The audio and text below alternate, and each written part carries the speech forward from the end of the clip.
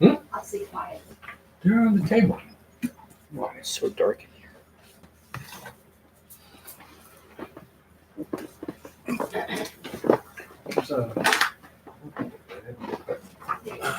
Oh, thank you. Thanks. Yes, he did. Oh, thank you. You can lead the prayer, Bill.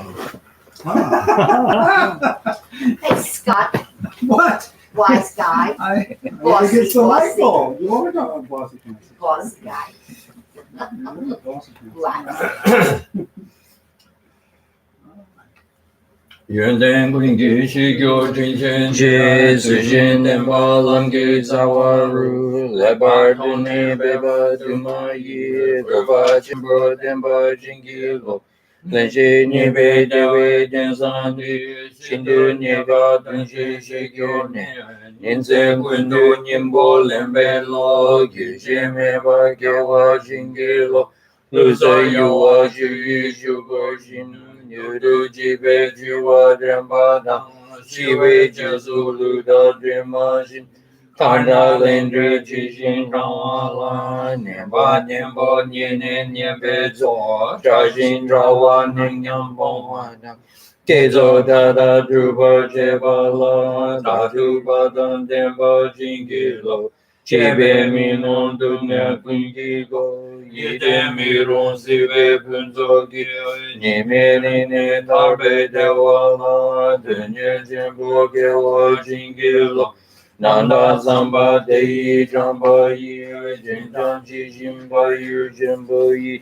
天被撒我所所他把了，主把你过节把金给了，让你是走路我记心度，马有着我经常的着我，真的着我周围给个位，将就生就就把金给了。现在给将此对能做了，恐怕面那将就米主吧。来把真理给谁懂了？怎把这个老把真给了？老辈有了眼花是谁心啊？让他等了是心血发意。心里老等总的这位浪漫，有的有了给我真给了，土木浪长有的有把那。再把根给手给多些的，给上给我中国当把的，再来你就搞进给了。这些我就能你就别洗，难道当时东发生活了？什么明白我把你给你，所当就的生活进给了。对那有点宁波的你给，电脑机心中的怎么一，真心的说出来米我当被苏醒主把进给了。这点浪上等没些年上，苏醒主被就能下定金，谁能给把的这辈做，你我是我进给了的做。给我滚度让他拉马达，这没去给别了冷水心，撒旦冷给人人拉走呢，都是想给狗朋友多手。上街这当走给就能了，讲究把都当你给自己，他给全是给别人能给，就拉边就送给主把手。上街这当走给就能了，讲究把都当你给自己，他给全是给别人能给，就拉边就送给主把手。上街这当走给就能了，讲究把这当你给自己，他给真人给别人能给，就拉偏就上街就把手。sa shi bagi ju shi me ta ta pri ra blin shi nin de gyan ba di sang ge shin gu mi de lu war gi to gun nam da shin ha jo ba ra sho idam guru ratna mandala kam niryantarya.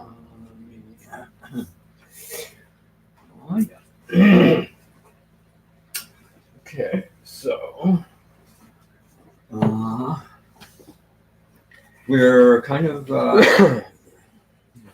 on the second half of the chapter, a little bit past it, and the second chapter on the topic of the instruction that's meant to remedy or correct the mistaken belief regarding samsaric existence, that there is anything about it that is a form of genuine well-being, and to correct that by gaining a then thoroughgoing recognition, appreciation that everything about samsaric existence, the condition of samsaric existence, is undesirable and unsatisfactory and bangja, something to be abandoned, something to be eliminated. So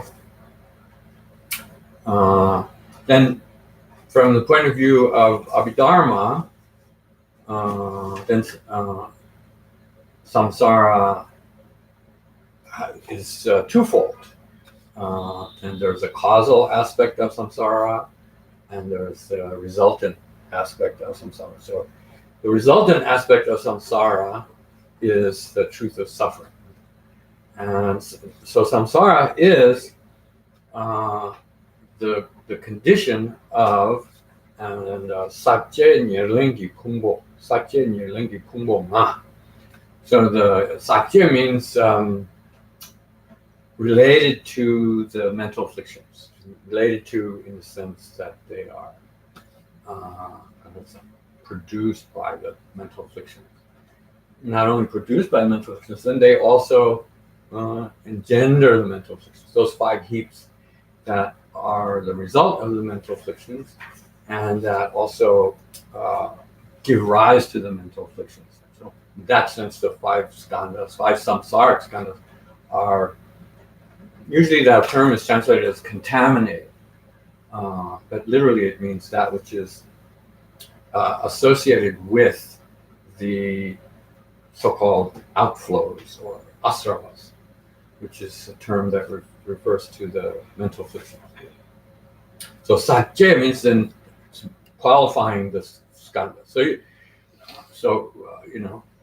Buddhas have 5 skandhas. They have purified 5 skandhas. Aryas have 5 skandhas that are partly purified. And sosokyo means then the ordinary person, non-Arya, ordinary samsaric person, has the 5 skandhas that are, in every sense, contaminated or impure. Then the non-Arya, then also there are 2 categories of non-Aryas. Then there's the non-Arya, but non-Arya who has a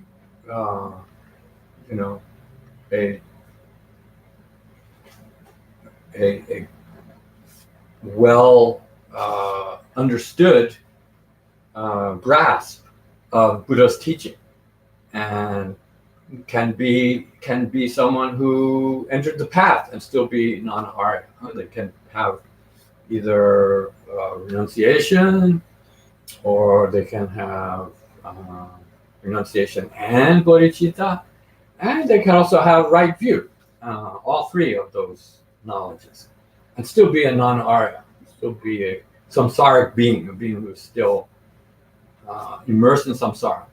And then there's sosokyo tamelpa in Tibetan. Sosokyo is the word for ordinary person, that technically means non-Arya. And then tamelpa means the sort of rank ordinary person, meaning rank in the sense of not knowledgeable about Dharma whatsoever, and somewhat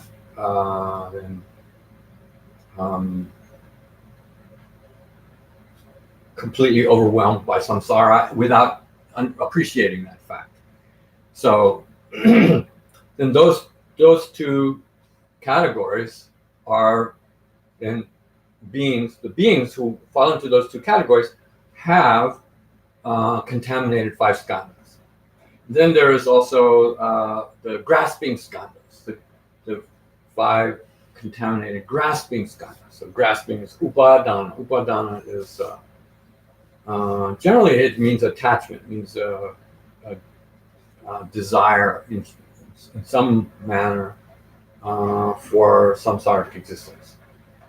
Typically, so in Satya Niranga Pungbo, that those five skandhas, and these our very being, is that to the extent that it consists of contaminated grasping skandhas, then everything about that condition is meant to be understood as suffering, as unsatisfactory. When you wake up in the morning, you are in that state, in that condition. You go to bed at night, you are in that condition. Then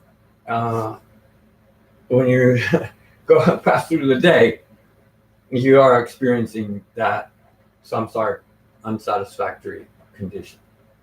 So the first thing is you have to appreciate that. You have to recognize that. And if and when you do, then that naturally should awaken the impulse to free yourself, or even to consider, is it possible to free yourself? So then that's when the spiritual enterprise sort of commences, and you have to examine, you have to investigate, determine that this samsara condition is not permanent, not inalterable, and so then there's several people in this class for the last since we've been going over, especially this chapter, who are always looking for something about their life that is something that is sort of uplifting or something positive. You don't want to think of, if you think, oh, the truth of suffering, then it's all you think about, you just dwell on that, then that's kind of depressing or dispiriting or something like that.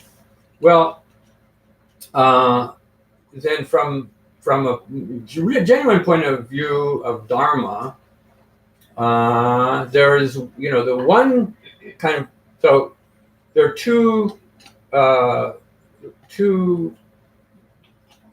legitimate goals, two legitimate aims that one can seek. And one is temporary, right? The temporary aim is to ensure some favorable rebirth in the future, which is not a certainty, and to recognize that it's very much in question, or then depending on how we live our lives, it may or may not be likely for us. And that's kind of the most basic kind of spiritual impulse that is recognized in Buddhism as a valid, religious perspective. But that is really limited, and that is really meant for the person who, for whatever reason, doesn't have the depth of spiritual impulse that would lead him or her to examine their lives in a deeper way and consider the possibility of some higher purpose, some higher aim. And so the higher aim is then either liberation or Buddhahood in the Buddhist tradition. Then, so in order to develop the aspiration for liberation, it must be preceded by a sense of, disaffection for the samsara condition in its entirety.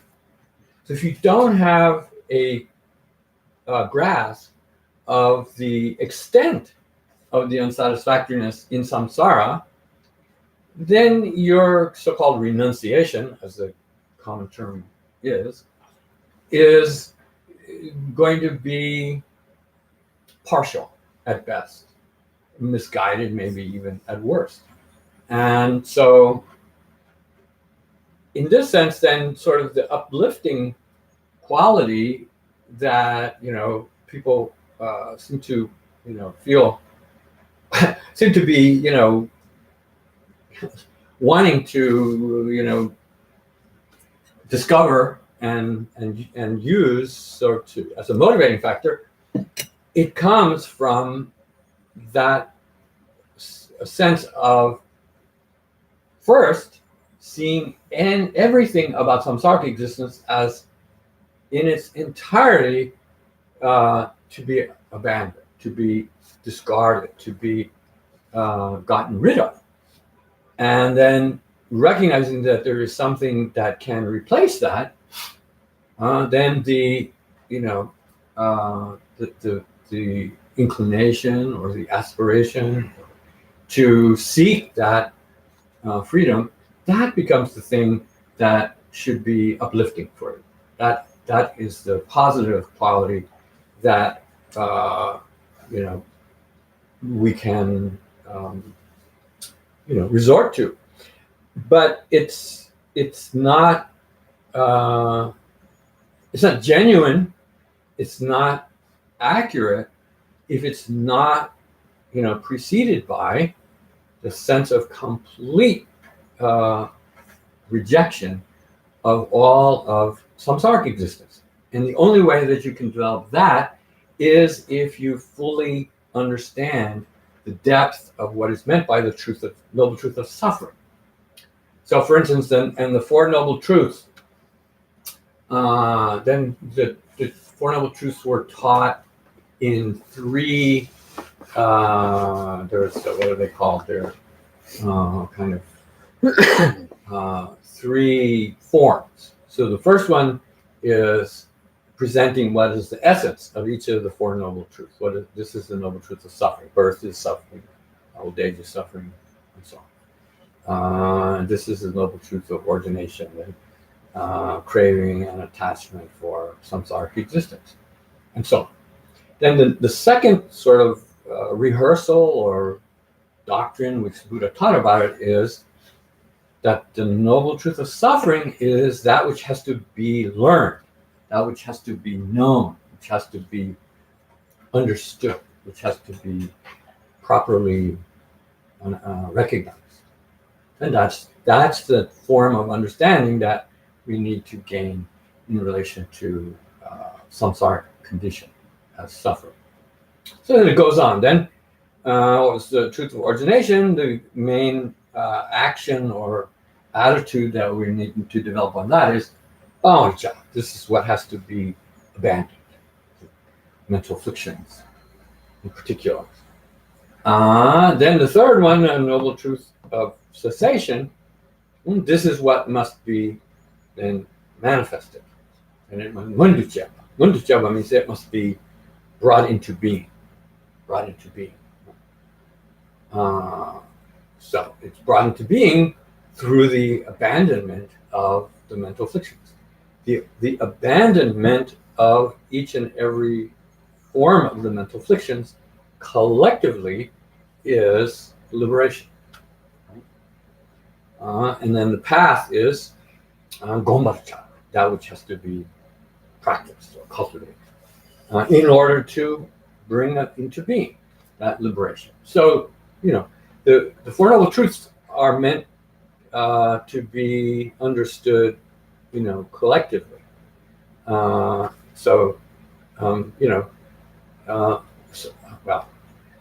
the point is that teaching about suffering is not an end in itself, but it is a prerequisite. It's an essential starting point. And so, one has to address it in as thorough a way as possible. So, The one thing that we've kind of been talking about here that I think is sort of provocative is the notion that the truth of, or rather the suffering of change, which relates to so-called pleasant feelings or attractive feelings, or the feelings that are enjoyed, whether they be physical through the senses or whether they be mental, like to be happy, to be joyful. And that's a mental kind of happiness. So there's a, in the book The Inner Science, I address this notion of the suffering of change and how the Madhyamikans have a more radical interpretation of what it is about pleasant feelings that is, a quality that is meant to be identified as unsatisfactory. Right? So the more conventional one is pleasant feelings are seductive, and they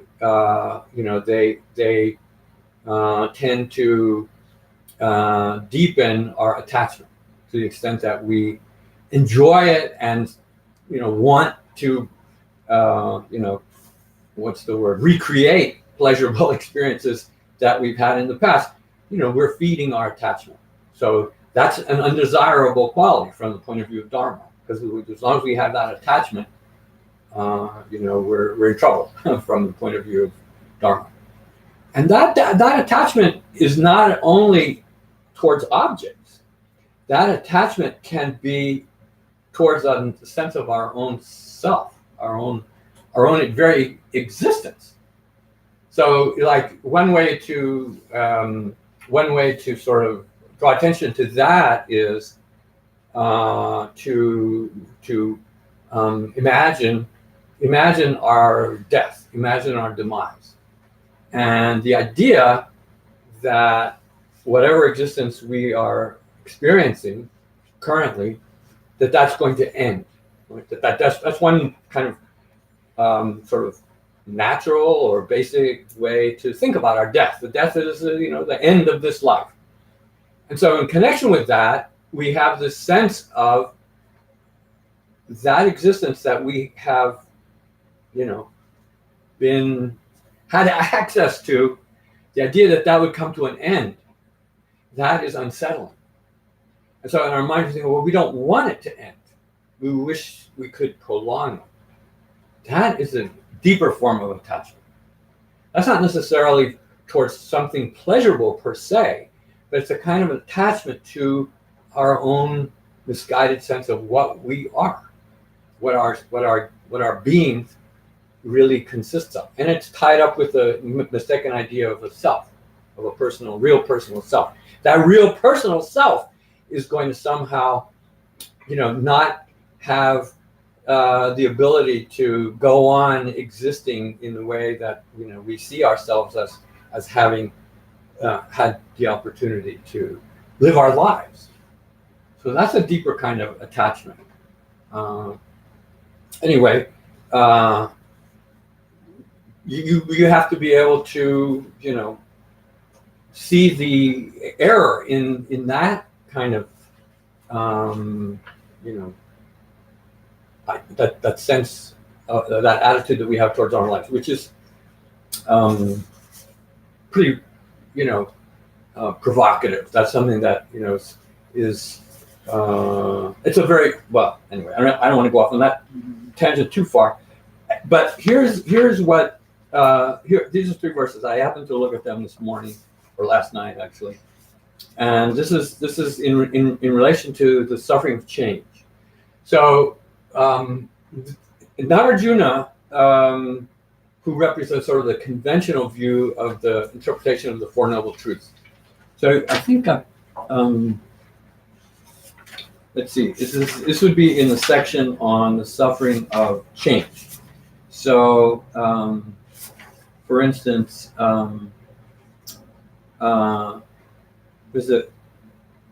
here, so this is talking. I think this is a passage or quotation. Where's this from? Yeah, this is from the Abhidharma Kosha, the auto commentary. What page are you on? This is page 110. So it says,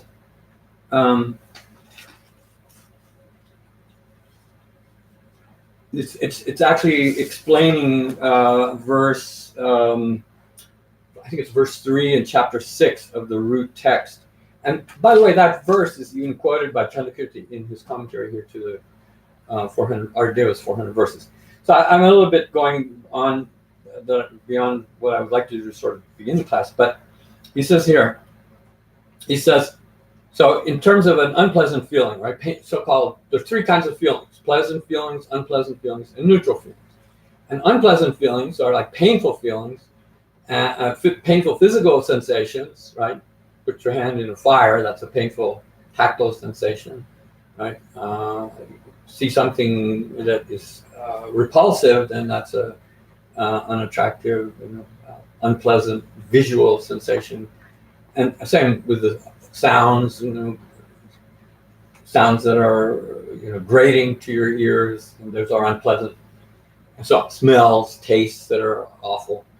And then there's mental unpleasant sensations, right? Sadness, for instance, or depression, or those kinds of things. So that's saying here, an unpleasant feeling is a state of suffering by the very nature of its unpleasantness. It says, and then it says a pleasant feeling, an unpleasant feeling is unpleasant when it arises. Now this is a classical word. This is coming from a sutra. I'm addressing this because there's one of the verses that's coming up takes a different position about how you think about feelings. This is about unpleasant feeling. So unpleasant feeling is unpleasant when it arises, right? When it arises because it comes into being. When we actually experience an overt unpleasant experience, it's unpleasant. It's we don't like it. We want to have it go away, so to speak. So it says unpleasant feelings, unpleasant when it arises, and unpleasant while it lasts. So that means however long through time the continuum of those moments of unpleasant feelings endures, then that quality of being something that we want to end, to be rid of, persists in relation to them. So that's kind of these addressing the unsatisfactoriness of pain. Right? Nobody likes pain. And then he addresses pleasant feelings. Okay, he says, this is coming from the sutra. He quotes the sutra. As the sutras declare, a pleasant feeling is pleasant when it arises. Right. So when you experience something that's enjoyable, and you recognize it as being enjoyable, you are drawn to it. Oh, this is nice. I like this. Right. And then it's pleasant while it lasts, right? So as long as you're in that state of enjoyment, you're not complaining. You're happy about it, right? It says, then comma, but unpleasant when it undergoes change. When it undergoes change means when it ends and becomes something other than pleasant, right? So that's kind of the classic notion of the suffering of change, is that ordinary samsaric pleasures are temporary, and therefore we ought not to be taken in by them, and we ought not to be, giving them more importance than they deserve. We ought not to have our lives controlled by seeking those kinds of temporary pleasures, right? That's a form of deception, self-deception. So that's kind of the basic distinction between pleasant and unpleasant feelings. Here in this school, the more kind of radical idea is that those things which are thought of as being pleasant actually aren't pleasant if they're understood correctly, according to the Madhyamika school, right? And in this here, I quoted a passage which we read, I think, almost last time, where Vasubandhu makes reference to this more radical view of the suffering of change, and then says that's mistaken, right? So, but the Madhyamika view, as expressed by Chandrakirti in this very chapter, is in fact that view that Vasubandhu rejects. So there is a section of 3 verses, which I quote also from Nagarjuna's Ratnavali, Jewel Garden, and he says, even a wheel-wielding monarch. A wheel-wielding monarch means the Chakravarti Raja. Chakravarti Raja means like the emperor, universal emperor, right? Even the Chakravarti Raja, who rules the earth's 4 continents, is known to have but 2 pleasures, those of the body and those of the mind. Right? It doesn't matter, how high you are, how low you are. In the highest of the high, they only have 2 kinds of pleasures, and those pleasures are the same 2 kinds of pleasure that every other living being experiences, no matter how low or whatever their form of existence might be. And then that's first number 1. Number 2, pleasant feelings of the body are just the abatement of pain, right? So what he says is, whenever you have a physical pleasant sensation, all that is some experience that you may either be exposed to or you may actively create for yourself, which replaces a prior experience that was painful, perhaps, and therefore the temporary replacement of it with something that's less painful gives the appearance of being, attractive or favorable, and that's what he says. That's the nature of pleasant physical sensations. Okay, so that's way contrary to what Vasubandhu is saying.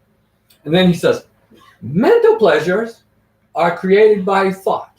They're all how we interpret our experiences, right? And so there's very much a subjective component to whatever it is that causes us to feel happy or joyful or whatever, right? It's sort of how we process things, right? And he says, so mental pleasure consists of conceptions and therefore are mere creations of thought, right? So then, and that's talking about the idea of like dualistic conceptions, right? Then he says, so that's the second verse. So now he's said there's only 2 kinds of pleasures. One is the abatement of pain, physical ones, and one is something that's totally subject to the way your mind works, right? So he says, then the final verse, the entirety of the world's pleasures, world here means all sentient, all beings, right, are just the abatement of pain or mere creations of thought. And then this is kind of the conclusion. Thus, in reality, they lack substance. So they lack substance means they are not self-existent. They're ultimately, they're empty of any self-existent form of pleasure or pleasantness. So that's in a nutshell, that's the Madhyamika view, right? And regarding the suffering of change, right? And in order to, so there are 2 elements to that. One is sort of what their relative truth nature is. Their relative truth nature is that they are a form of experience, but they're explained as being something that is really, a relatively lesser form of unpleasantness compared to something else that we call a pleasurable experience. And in the case of mental ones, it's a fabrication of the mind.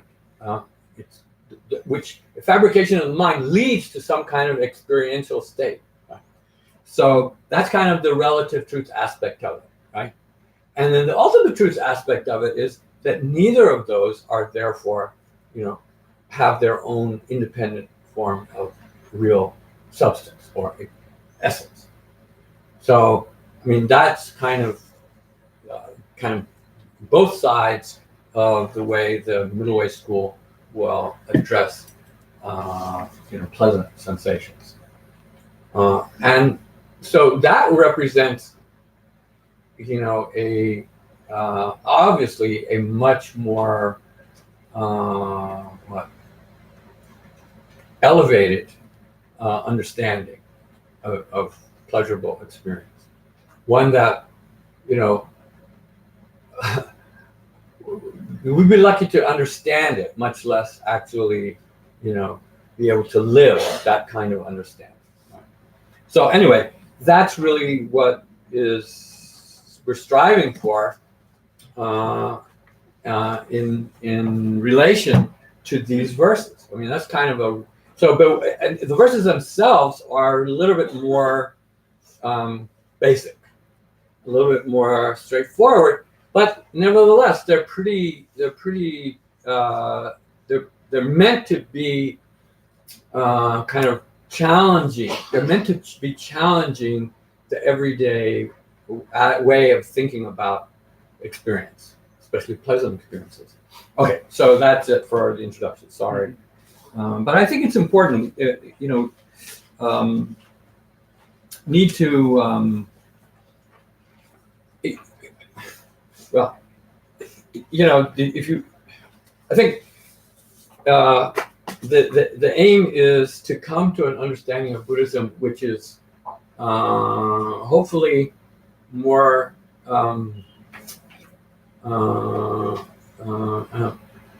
more valid, more accurate, more thoroughgoing, one that we can really rely on, even that represents a form of dharma, right? Is to understand to understand the noble truth of suffering as a form of unsatisfactoriness correctly. That's a pretty strong element of dharma. Okay, so now with that, we're up to verse 17 in the second chapter, and so here I'm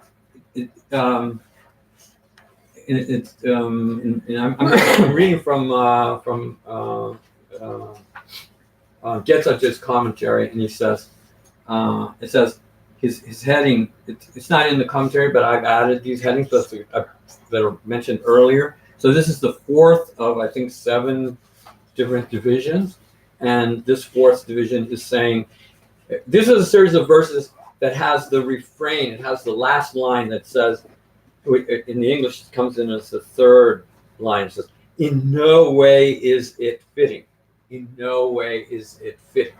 So in no way is it fitting to think of some aspect of samsara as being satisfactory or satisfying or truly enjoyable, as something that we can revel in any way.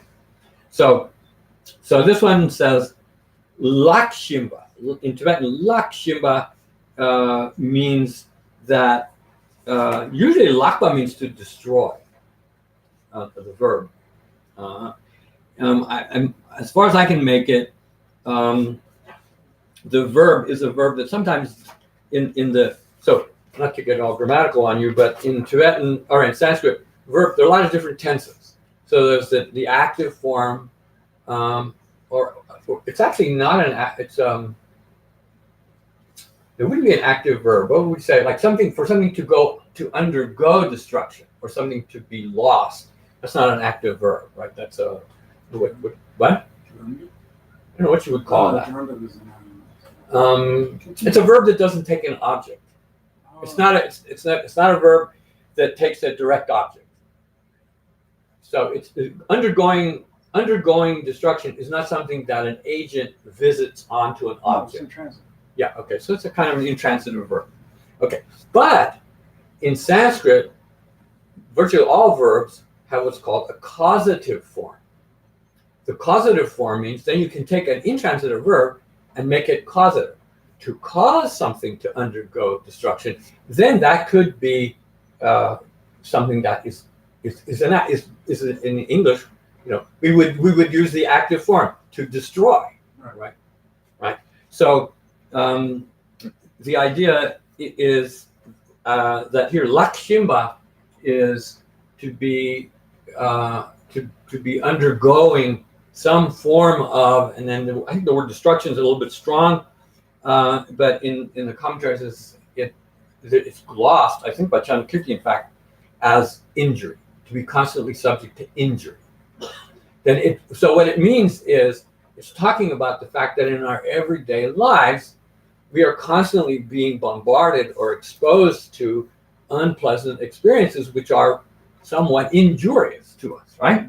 So it says, for example, in the beginning of the verse, it says Jang Sok. Jang Sok means then the cold, right? In the winter, unless you dress in a northern climate, unless you dress warmly, you don't want to go outside because the cold itself, the elements would be unpleasant, very unpleasant for you. So what do we do? So it says we are faced with those kinds of hardships, right? To a large extent physical. And don't forget, this whole chapter started out with talking about the body. So this notion of the truth of suffering, a lot of it is directed towards our experiences that are related to our physical,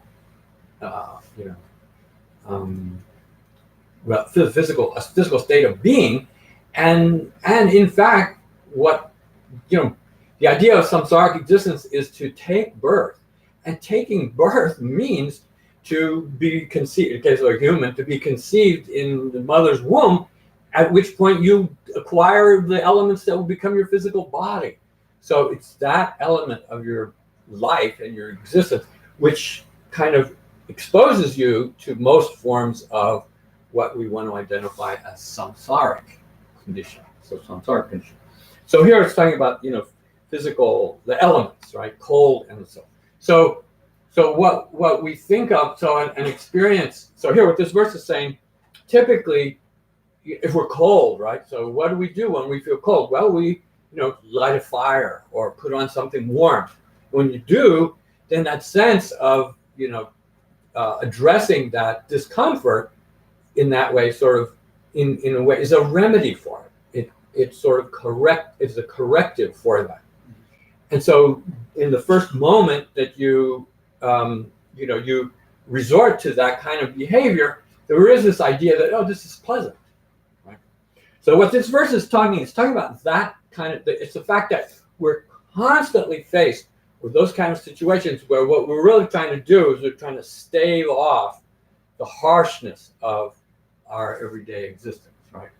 So it's saying, the first half of the verse says,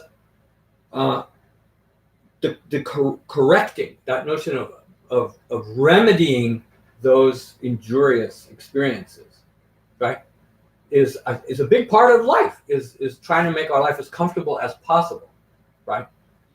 And it's saying, the second line says, Taktu yeva mayin.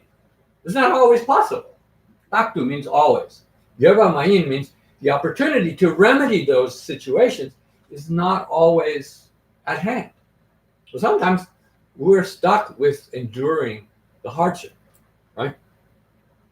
And so it says, the point is that, let's say we decided, for God knows whatever reason, that we weren't going to do anything to remedy our physical hardships.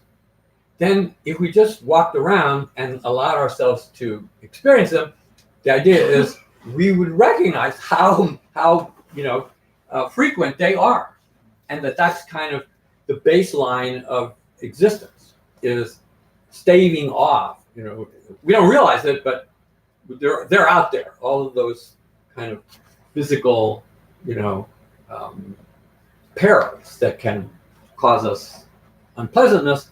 And so it says, so the third line says, and this is the present continuous, lakshimba. So lakpa here is the word of, undergoing destruction. But that's too strong a word. So we say, experiencing injury. Constantly experiencing injury, to call that some kind of happy existence, right, is in no way is that appropriate, right? So what it's saying is essentially, don't kind of delude yourself into giving importance to those, infrequent opportunities that you have to lessen the hardships of life, and therefore have that become, the way that you identify your existence. So, turn it around, and instead of sort of looking for the ways to kind of pamper yourself or trying to make yourself always as comfortable as possible, recognize the fact that if you weren't always trying to make yourself comfortable, life would, be bombarding you with an awful lot of unpleasantness. And so that's kind of so see life in that light, right? That, there are always threats to our well-being. Whatever, could be any number of different things. So that's, in a sense, it's asking you to, to sort of be more aware of that aspect of life, that the unpleasantness that is prevalent, and not get depressed by it, but just see it for what it is. That's kind of that's what that verse is saying. So let's see. This is verse 17, right? So what is I like what I like what Chandrakirti has to say more than Get Subject, because Get Subject is essentially an abbreviated version of what Chandrakirti has to say, and sort of glossing the words of the verse. Is really all it is. So he says, Lu Jian Nam. If you look at the Tibetan, now I'm looking at there's only 2 lines here for the verse. So he says, Lu Jian means is another word for Semchen, right? Lu Jian means literally embodied beings who have bodies. Right? Zhangwa, Cawa.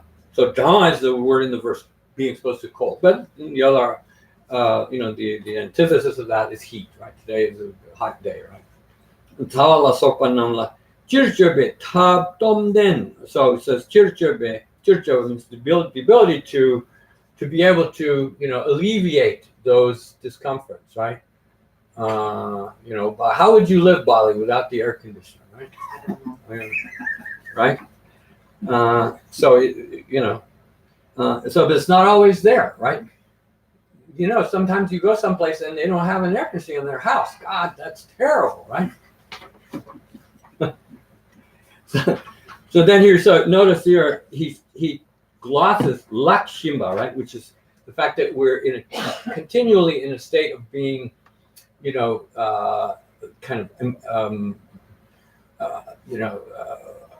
exposed to unpleasantness. He glosses that as nurjava. Nurjava means causes of injury, sources of injury. Right? So that's the verses. The wording of the verse is pretty straightforward, right? So let's see. What is? Oh yeah. So here, Chandrakirti, what does he say about it? He says, "Nankibuddhi changbe tse changbe jikpale dravana de nyembo joy nuvensin goata denwala sokwanam denla." Okay, so he says, a person, right? A person, when they are feeling cold, right? When they're feeling cold, he says, then that cold is a very, what should I say? It makes a very strong impression on you physically, right? You're moved to want to alleviate it, right? That's the whole point of that. We're all constantly trying to alleviate the discomfort of life, right? So here he says, Jigba. Jigba is the word fear. But the word fear in Sanskrit doesn't mean the mental state of fear only. It can be the object of fear. So in this case, the object of fear is that perilous quality of being exposed to cold, right? So he says, so the impulse is you want to escape it, right? So we're constantly faced with unpleasant experiences, and when we're in the midst of those unpleasant experiences, then the primary impulse is, how do I avoid this? How do I get away from this, right? And so what you do, you look for some means of overcoming it. So nyembo means that some kind of remedy, some sort of antidote for it. So something that has the quality of the potential of providing warmth is clothing, or your shelter and so on. Tenla means you resort to those things. And then he gives the example for the opposite of that, right? He says, Gangshik dang so penyamba deni jiba deni John Shimba de Jipa Pancha Chizanyambo Gunetengi Dewe Chime. Oh, so this is a nice phrase. Because so here is kind of a psychological analysis of that construct, that situation that was presented. He says, when you are Jomshimba means when you're constantly in situations where you have to face these kinds of unpleasant sources of unpleasantness. He says, so what is it that motivates us? Is that so-called fear, but that unpleasant or that harmful situation, we want to avoid it.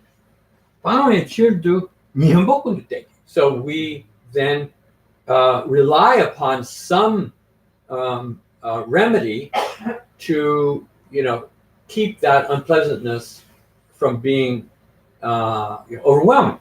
He says that's not really seeking happiness. It's not like we're actively formulating the idea, what am I going to do to make myself happy today, right? But most of what life involves is avoiding the pitfalls of life. Right, and so recognizing that, we shouldn't try to define or identify our lives in terms of how we go about maximizing happiness. So if we look at our lives, what we're constantly faced with inevitably is this type of, from all sides and in many different ways, trying to avoid the perils of life. And so, that's an essential kind of quality of samsaric existence. So, and he says, okay, so here is Chandakirti talking about why this remediation of unpleasantness is not to be considered as a genuine form of happiness or well-being. He says, if those efforts, if those methods, if those the acts that you partake of in order to relieve life's miseries, he says, if those remedies were inherently a form of well-being, right? He says, then he says they would always, and in every case, those very actions, like putting on warm clothes in reaction to cold, if that were genuinely a form of happiness or comfort or well-being, every time you put on a heavy coat, it should produce some feeling of happiness. If you did it today, that really wouldn't be the case, would it? Right? So it's saying that those things that you think of as bringing happiness, they're not inherently endowed with that quality. Rather, they're specific to whatever the situation is that you're trying to sort of avoid some greater unpleasantness in relation to. And that's kind of the basic unpacking of what life throws at us all the time. And then he throws in the sort of what do I say? The observation. He says, And guess what? You aren't always able to do that. Sometimes, you just have to grin and bear it. You're just going to have to face that unpleasantness and and deal with it, right? And so, if that's what life is, and you're constantly facing those kind of circumstances, is that something to be, complacent about? Is that something to feel, at ease about? Something to be happy with, right? To feel, oh, life is great? No, he's saying, recognize that and, think of, that aspect of life as being something you want to free yourself from, in an ultimate way, right? So that's kind of the the corollary of what the verse is saying. So, 대체 그 등에기 년보라 대we lo gyutare 대we lo 다 gyutare 샤판단 유파칭기 대베 kumbecho sino stella jita 샤판단 유파칭 tomden dembe debe kumbecho da sooner don't do didn't. So he gives you I like these similes at the end of the verse, right? So in this case, I don't know. Oh yeah, he does. So Gesab in going back to his commentary, he says, for instance, it's like here it says just one thief. Kumbo means a thief, right? And here you're the thief, okay?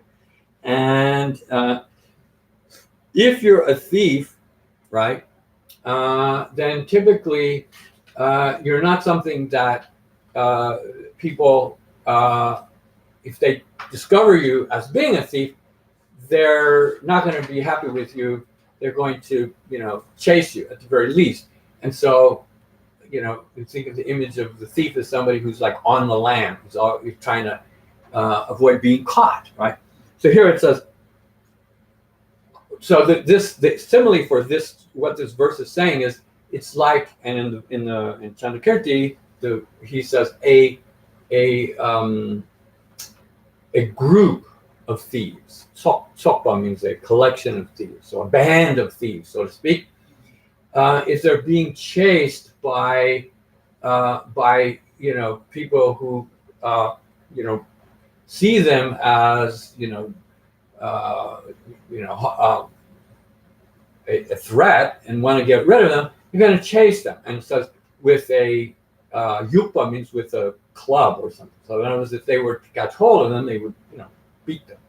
Or shakpa means a noose, means then they would seize them and then they would tie them up and subdue them. So it's saying that this verse, the essence of this verse is, it's like a band of thieves who is being chased by a powerful group of people who have, clubs and, nooses. So the persons with clubs and nooses are, the difficulties that are, that life kind of throws at you.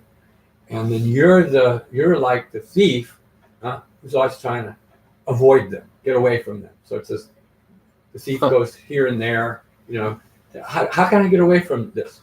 So that's kind of the image that is how to see the ordinary person's life. And so the idea is, so that's not very desirable, right? That's not something that we should be happy with.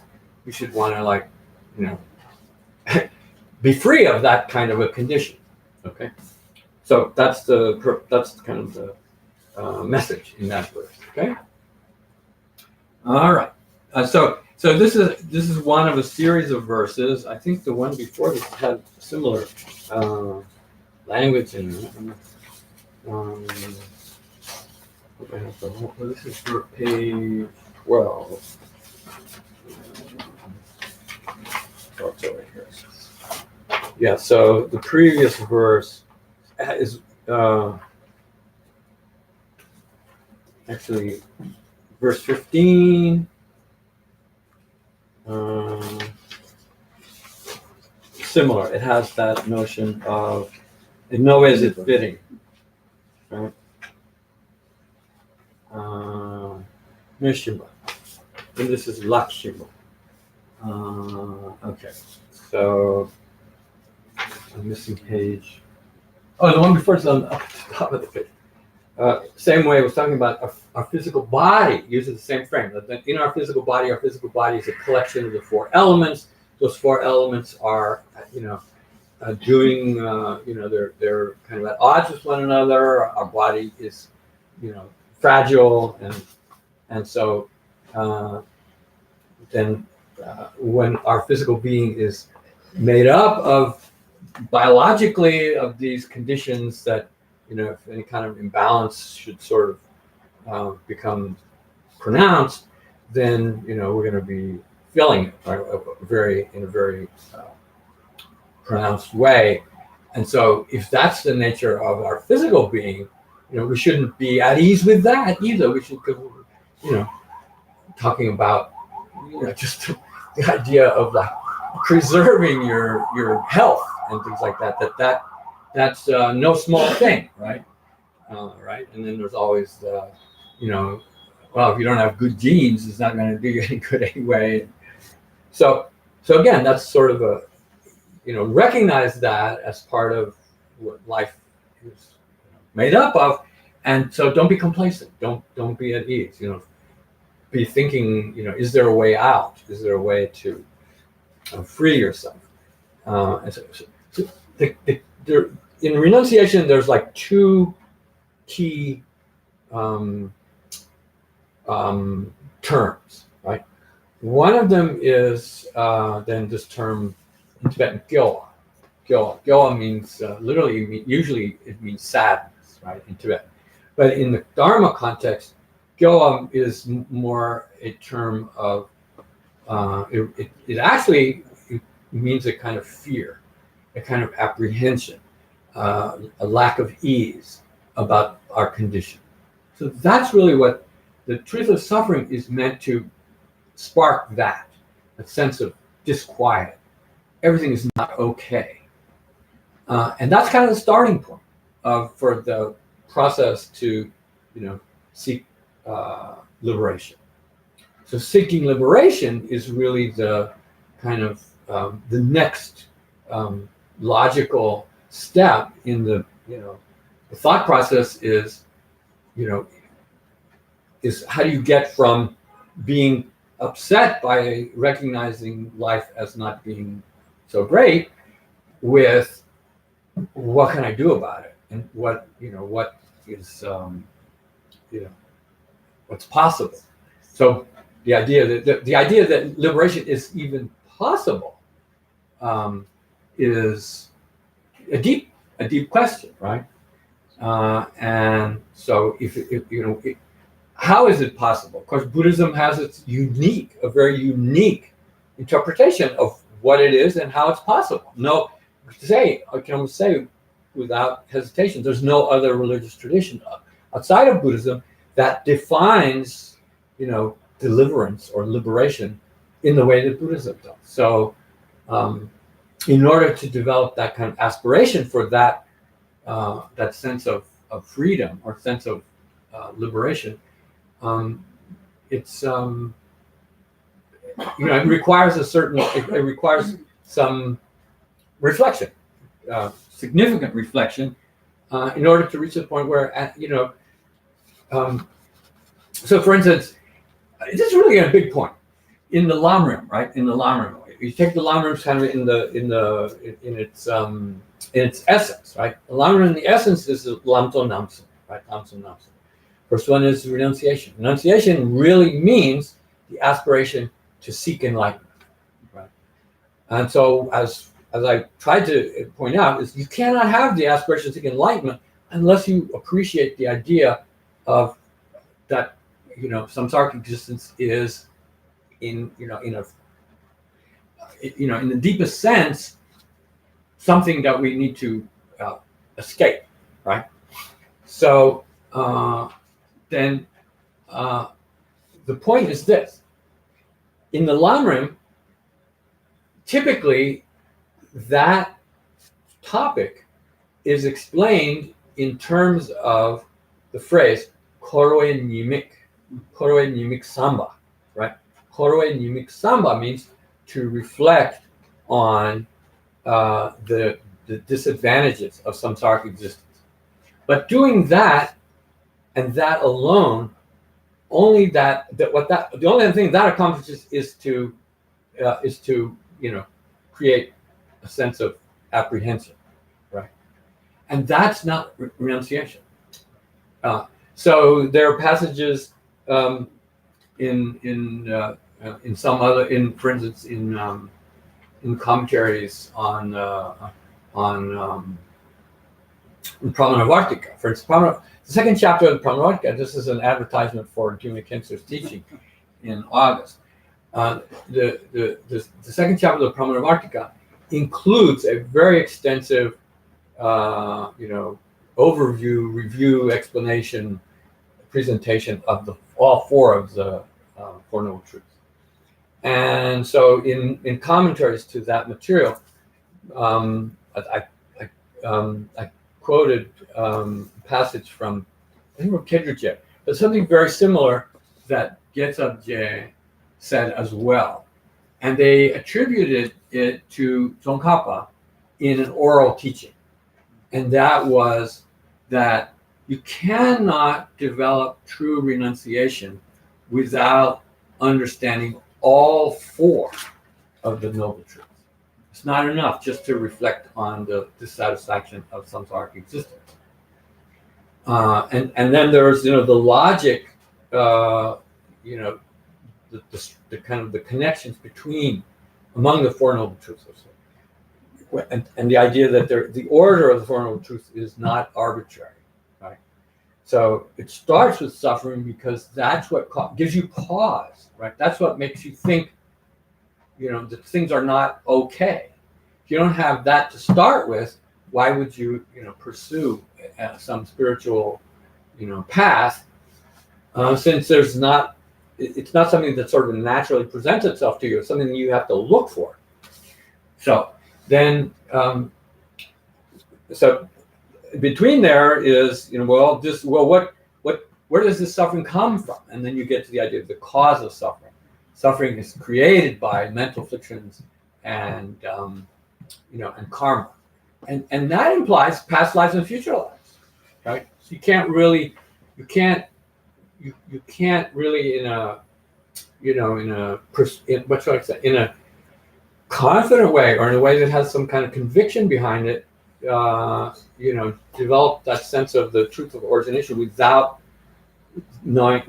sort of seeing some, the fact that this life is something that was created by something in the previous life, and furthermore see this life as something which is laying the foundation for perpetuating this. So that's like Korowet Jugrim. So in the Lamrim, in more extensive Lamrims, then all four of the Noble Truths are in fact addressed, and the first part of it is what is the process by which samsara is set in motion and kept going. So that's the first two, and then the idea is, well, is that something that anything can be done about? So then the idea is that the third Noble Truth presents the possibility of freeing yourself. Presenting the possibility of freeing yourself implies that whatever mental flaws there are, that they are able to be separate. You're able to free your mind from them. That somehow you can develop wisdom and see things as they really are. That's a really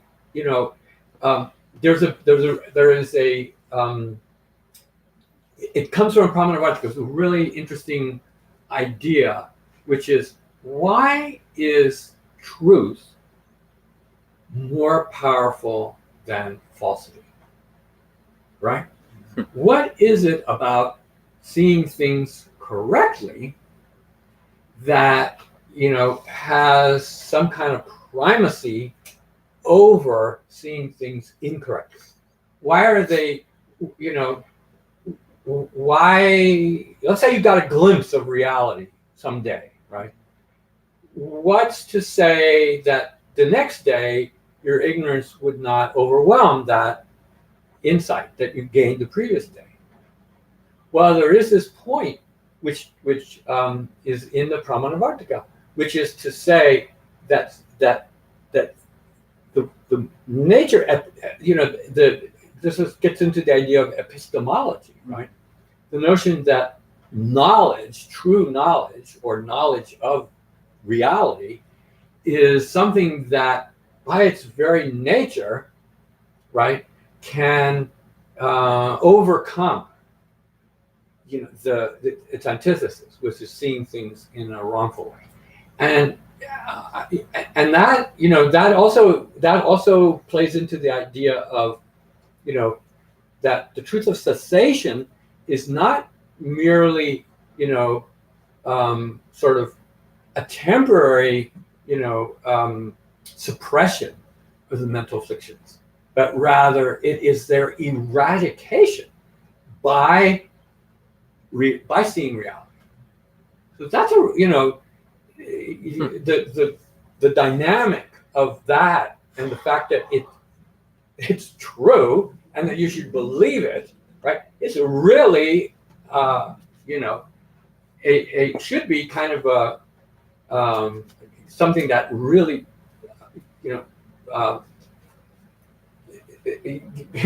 is startling, even, right? If you appreciate it, right? And if you recognize that, then how do you get from here to there, right? And then that comes the truth of the path. And then you have to learn how to, what is the kind of lifestyle that is, salutary? What kind of lifestyle actually promotes achieving that eradication or cessation of all the mental fictions? And not only that, the fact that it's possible to be mistaken and to wrongly think, oh, this is a kind of behavior, this is a kind of, way of thinking that will take me in the right direction, and not have it be true. That's something that is meant to be pondered as well, in order to be absolutely certain, right, that what you're trying to understand is what you need to understand, right? So then you get to the point of saying, well, meditating on emptiness, for instance, or meditating on selflessness. Well, you get some kind of vague explanation about what that means, and then you get sort of, okay, well, now I want to meditate on it. Well, the point is, unless your understanding of that emptiness is infallible, right? Infallible in the sense of the meaning of the word, that infallibility is kind of the essential quality of what knowledge is, an infallible understanding, something that will not betray you, or something that will not mislead you. So that's what you have to gain in order to be able to confidently pursue some kind of, real path or program of spiritual development. So that's something that needs to be addressed in a in a very what's the word, uncompromising way, right? Very much be not trying to cut any corners, not trying to do it on the easy way, do whatever is absolutely necessary in order to be successful. All of that really ties into proper understanding of renunciation. Okay, so anyway, these verses should be kind of looked at against that sort of background. I think last week, forgive me if I'm not, Sneh had asked, I thought it was a really good question. But what about evolutionary biology? And you said, well, it can be overcome. Right. And it's an enormous claim. Yeah. It's an enormous It claim. is. I mean, because that is the that is the reigning thought of our time. Biological impulses. That, But that evolution itself Yeah. brings us to this, Yeah. and that it's in concord. well, I mean, that the notion and the claims that the Buddha made are that they can be overcome. But not easily either. Okay. All right. So this is really bad. We're only gone to one verse. Go. I'll leave a greater pain. Okay. All right. So next verse, 18. So then we have the same kind of last line, which in the Tibetan again is in the third line. It says, "In no way is it fitting," right, to say, and this is another. So this series of verses are kind of more broad. They're not so much philosophical as they are sort of aesthetic, I think. They're aesthetic in the sense of they are, sort of asking you, the reader, to kind of reinterpret your place in the world and to think of your life, kind of look at it through a kind of slightly different lens. And then by doing that, sort of come to a place where you're more prepared to undertake some kind of spiritual pursuit. So this one says, this one talks about ease. This one talks about the idea of happiness as being a state of relaxation, right? Sort of kicking back. But the perfect life is on the beach, right? In the Caribbean somewhere, sipping cocktails or whatever, and that's it. That's paradise, right? That's what advertisers say. Right? So this is saying, don't buy that a line. So he says. So here, this is all right. So this is Ngelduk leche shimo. So this is saying life is a struggle. This is saying from the moment that we get up until we go to bed at night, there's a good deal of effort that we have to, be able to muster in order to make the most of things, right? And that's not fun, that if we recognize that, we know that, you can't just sort of, just sit on a chair and just sort of, think that things will take care of themselves, number one. I mean, not too many people think that. But just the idea that, complete relaxation represents, some kind of ideal life in some way, right? Well, retirement, right? Retirement is the years of, where you've earned the right to be taken care of by others, or not have to worry about going anywhere. Just sort of, doing whatever you want to do and just having a good time, right? That's that's a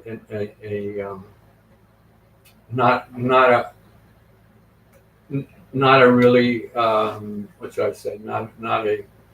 I mean that's only one example. That's not exactly the verse is not saying that and that alone. The verse is saying that life is such that we are forced to engage and strive, and that exertion is one that is exhausting. It's and guess what? Then we get up the next day and have to do the same thing again, right? So that's kind of not. That's if we think of life in that sense, that's really, not an end, not something that recognizing that is something to say. Well, is that it? Is that that's kind of a pessimistic idea, that all there is to life is work until you can't work anymore, and then that's it. So here, saying, so it introduces this verse. So Chandrakirti Chandrakirti is giving some kind of he kind of tries to I think he succeeds, but he puts a kind of interpretation on the verses that sort of gives them more I don't know, presumably more clarity, but they're not in the words themselves. So this is the way he introduces this verse. He says, and he uses this is a common kind of approach is to use ordinary language. To use ordinary language as something that suggests there is such a thing as happiness that we can achieve. Ordinary happiness is attainable. So here he says, in the world. So he says in the world, it means in ordinary discourse. We say, Legin deornelo dugo droll. So it says Legin is the strong man, the hypothetical person, Jim Jones or Bill Smith. So we say things like Devadatta is reclining, and then using the adverb comfortably, and that word comfortably is cast in the Sanskrit word for happiness, sukha. Sukham means, or sukhena means, makes an adverb phrase on it. He is resting comfortably, lying down, and relaxing. Oh, that's nice.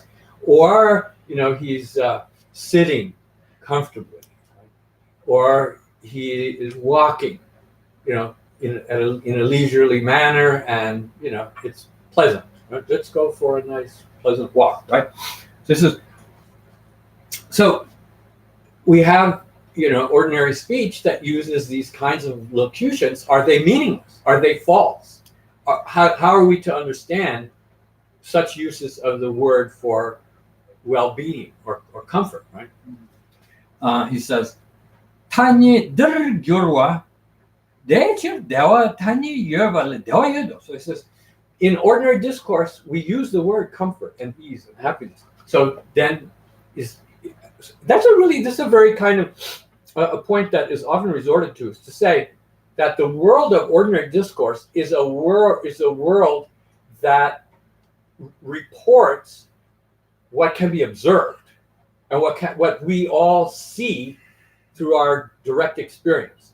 So if somebody is saying things that are just outrageous and false, then that language is going to be determined to be nonsense, right? But those people who speak in discourse that seems to comport with what's observable, then there's something about that it should be treated as being valid. So given that, how can you Buddhists claim life is nothing but suffering, right? So that's kind of the introduction, right? So he says, Bezo members jobashe gang sadeng yomina leche dewa yinoshe namokutum. So this verse says,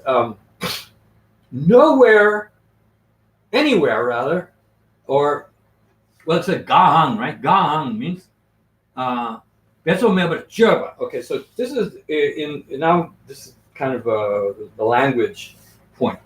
So in the verse it says, Betzol mevar. Betzol mevar means effortlessly. That's a adverb, right? Betzol mevar means effortlessly. And then it says java. So java usually means conduct. But this word java, the root is car, jaga in Sanskrit. And it means more broadly, it means to go about, to move about, to wander. And so from that root comes nouns like charya, like the bodhisattva conduct, right? And then that sense of the word charya represents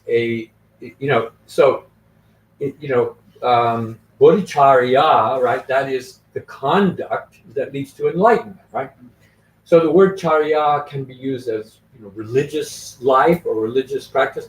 So if you strip out the spiritual connotation or the spiritual use of the term, it can mean just how to live your life. So effortless conduct here means effortless way of living, effortless way of being.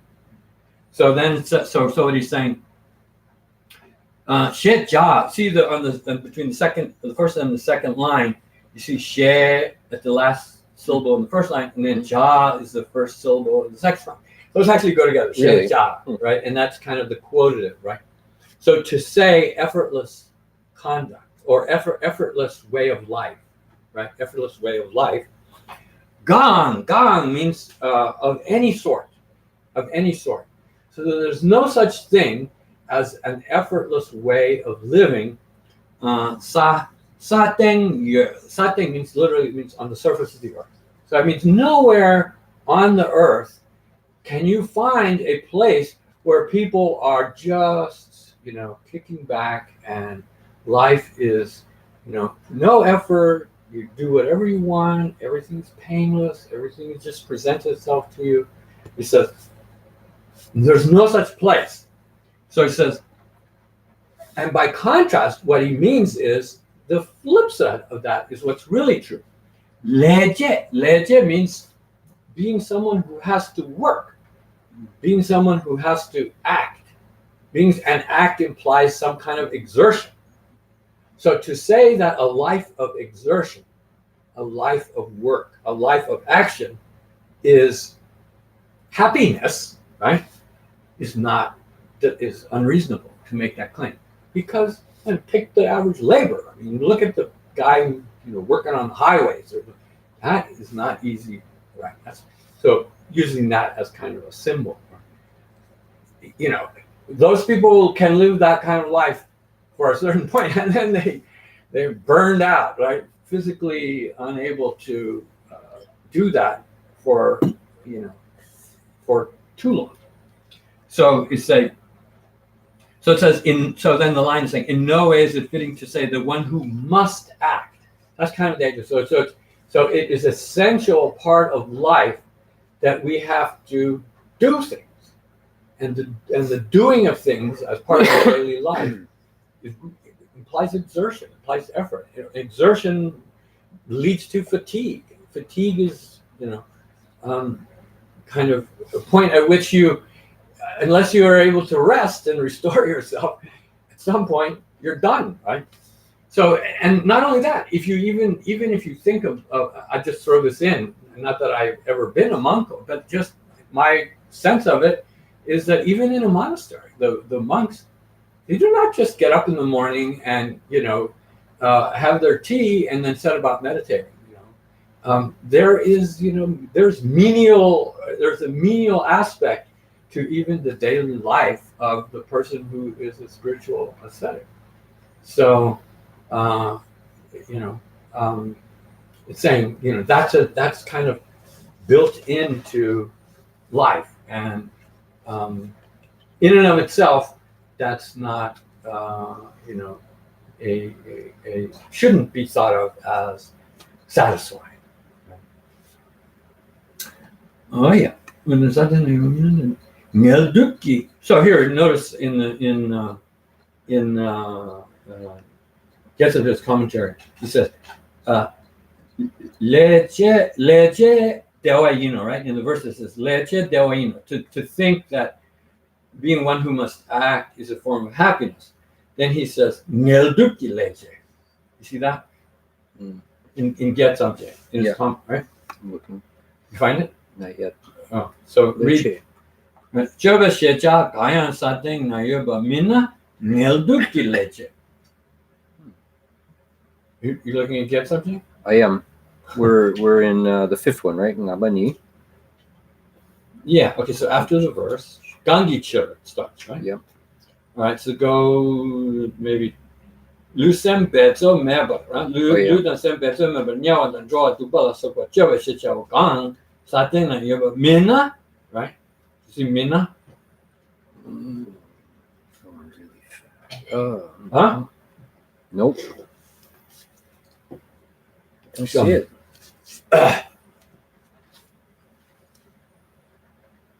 You're in the wrong verse.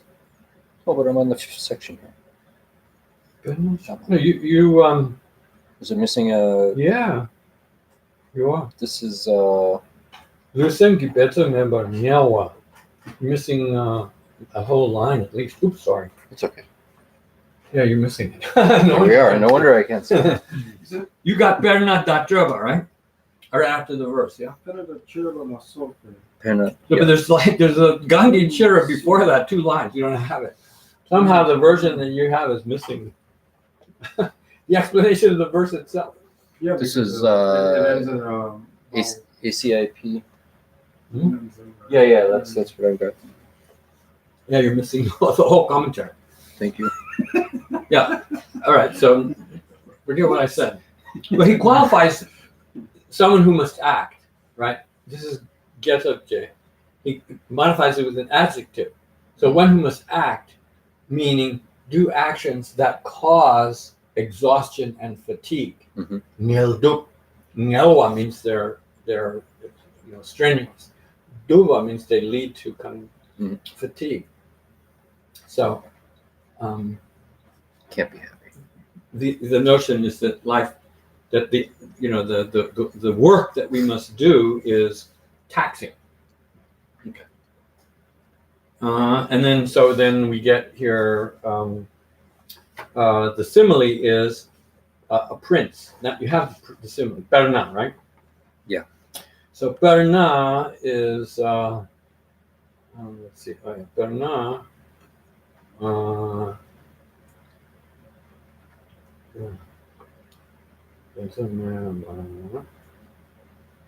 Kembo le Yonsu Nyambumbi Gyabo Bushino. This is in Chankirtu. I don't think it says it here. So here it says Kembo le. Kembo is what is the word for Kembo? Kembo is I don't think of the Sanskrit for Kembo. I think of it. Anyway, Kembo here it usually Kembo is the word for abbot, right? Here it's meant more as like an instructor.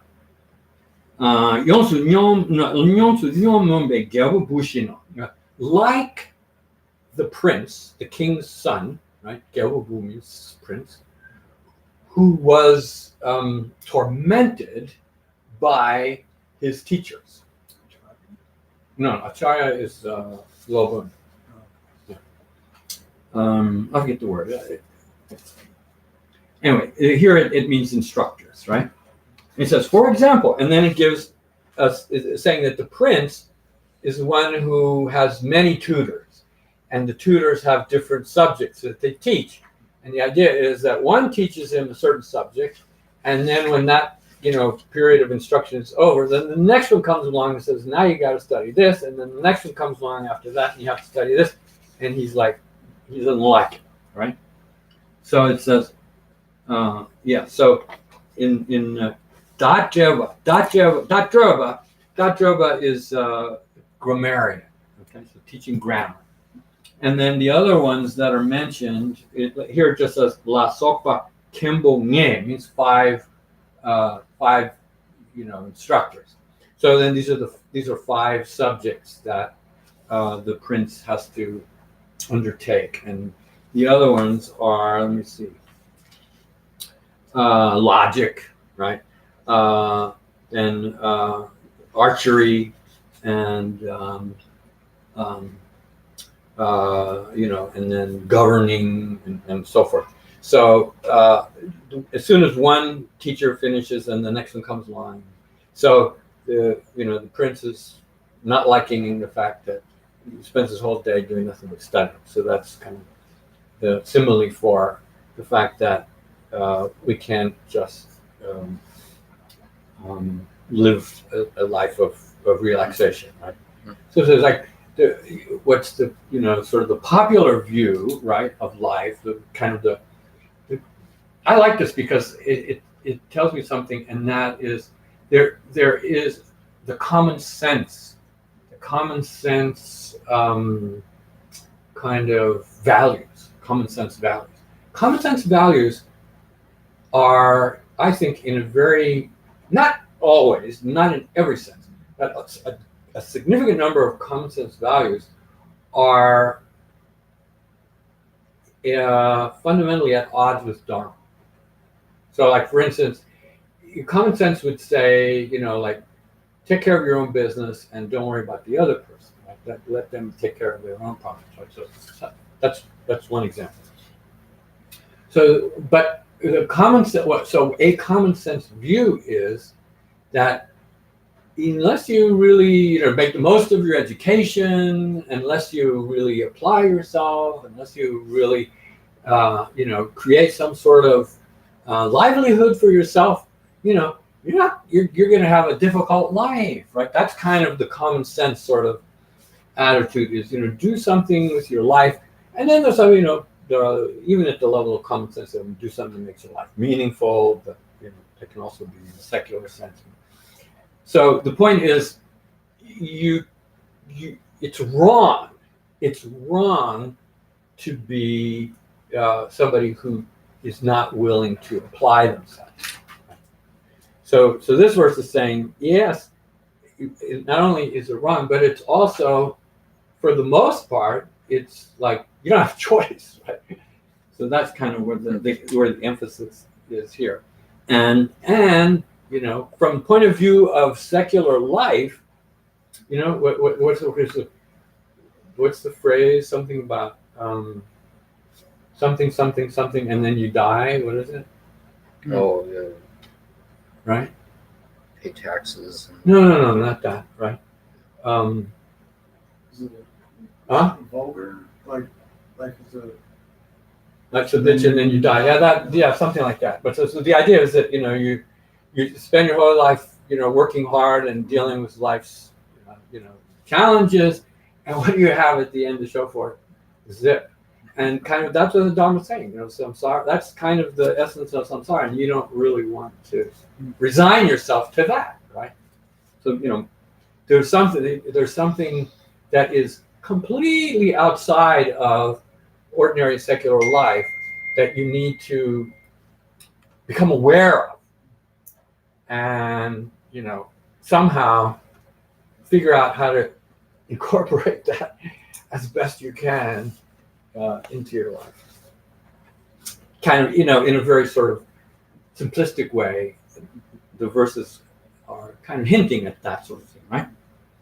Okay, so number 6, this is verse 19. Okay, so verse 19. Oh, I like this one. This one really kind of resonated with me. So this is section 6. It says, and by the way, I think that not to beat up the two translations for this text, but so here we have. I believe this is what it says here.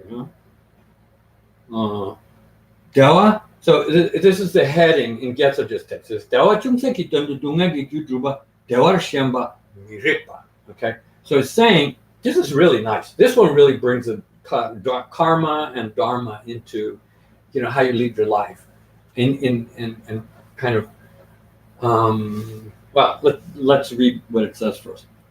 Dewa chumseki dundu means for a very insignificant form of ease or well-being, right? Did you have that? Tell me you can't find that. No, I see. Okay, so this is. Actually, it's not there. Or do you have it?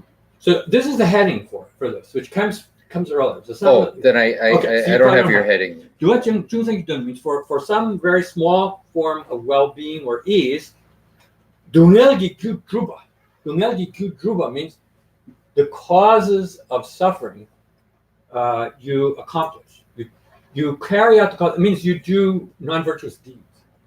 You do non-virtuous deeds for the sake of some presumed pleasure or some presumed gain, right? Whether you steal or whether you take advantage of another person or harm another person for your own, supposedly for your own betterment.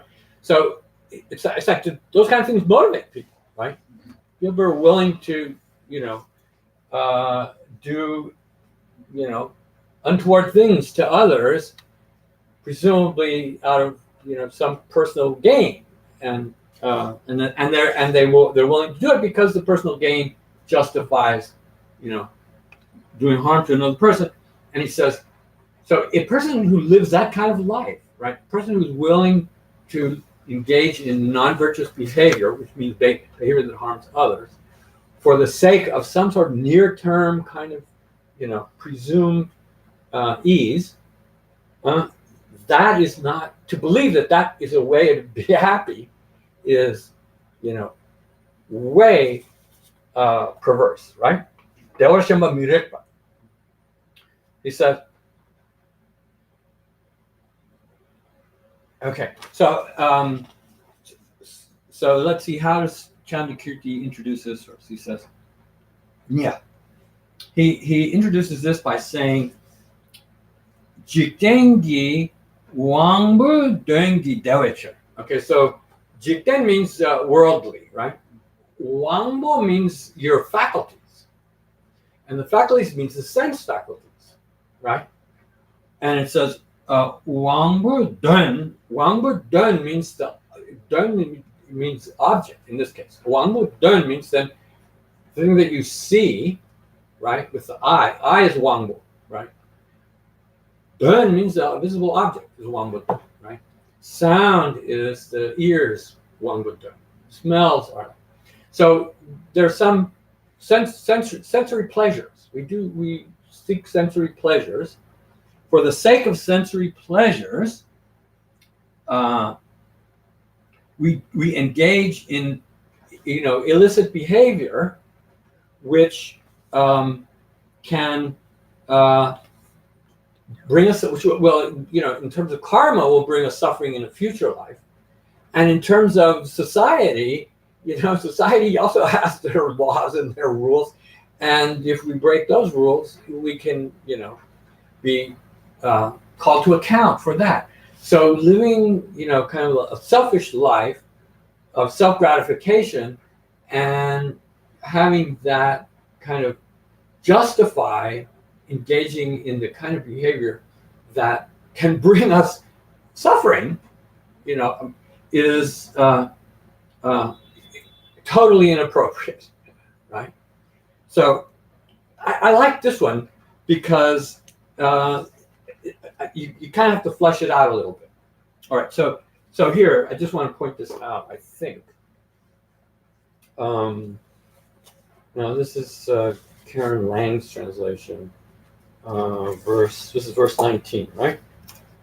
So, this is, one of the reasons I'm saying this is that you just have to look out for, to some degree, because sometimes the translations are off, and if they're off and it confuses you, it's because they're off, not because you're not understanding. So this is on page 147. You have it? Yep. Okay. Bottom, painful consequences of harmful actions. The head, and it says objection. Pleasure exists because one is willing to undertake various pains for the pleasure of having power over the world. Having power over the world is means the pleasure of the senses. Right. Worldly pleasures, worldly sensory pleasures, is not the pleasure of having power over the world. Okay. So for the sake of sensory gratification, we sometimes are willing to do harmful behavior for which we will pay consequences. And that kind of attitude towards the world is to think that living that kind of a life, and that represents some kind of, what should I say, reliable or worthwhile way to live your life is, is totally misguided, right? So there's actually more to it than that in my kind of the way I read the verse, but that's really what it's saying. So the first thing is to point out that that's saying that it's actually not worded that way. This is the way Chandrakirti and Getzer following Chandrakirti are kind of giving the background for this verse. So, all right. So then he says, Yula kambe semjen namni wangbu dungi dewachir dikbe le dak chechi. Okay, so he says people will do, will sometimes do improper things, immoral things, commit misdeeds for the sake of some immediate gratification, right? Okay, so that's kind of the logic that Chandakirti is using to explain this verse. Let's look at the verse, because the verse, I think, actually, well, it does say that. I think that there's a much more direct statement that the verse makes, which is to me very compelling. Okay, so here's what it says. It says, Didang Shendu. Didang Shendu. D means here. This. Literally, D means this. But in this case, D means it's the locative of this. So it means here. It means this life. Shendu means there, literally, or over there, which means future life. So in this life and future lives, right? In relation to this life and future lives, right? Dani means oneself. Taktu digle sonja means we must constantly guard ourselves against digba. Digba is the word for evil, right? Evil, or papa means wrongful deeds, right? Bad deeds. We must constantly guard ourselves against committing bad deeds, both for the consequences that it will bring in this life, right, and the consequences that the longer term consequences that it will bring karmically in future lives. Now, that's a drawing attention to the principle of karma, and it's drawing attention to the fact that as samsaric beings, as beings who are not in control of our minds, right, and beings who are subject to error, right, we will react to situations in such a way that we will generate the mental afflictions and commit wrongful deeds, right? So if you believe in the doctrine of karma, you believe that that's, a prospect that's out there for all of us. And if you are introspective and you consider the nature of your own mind and how your mind functions, and you have some, kind of appreciation of the fact that thoughts are coming and going a lot faster than you even are aware of, that there's a great deal of potential for you to engender mental afflictions, and anything motivated by mental affliction is going to be a wrongful deed, and anything that you act upon under that motivation can have consequences in this life and in future lives.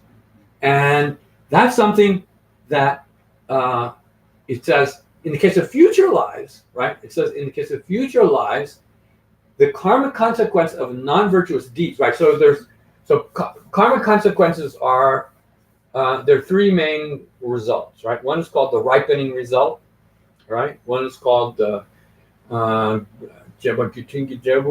is like the consequence that corresponds to the deed, and one is kind of the governing result, which is your environment. So a very interesting sort of what should I say, doctrine.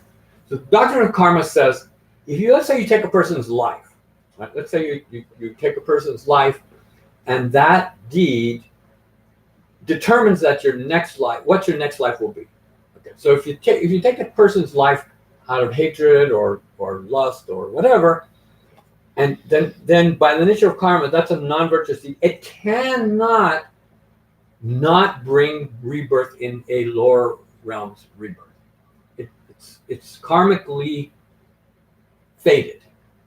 So you're reborn in the lower realms. If you're reborn in the lower realms, doesn't matter what it is, it's going to be horrific.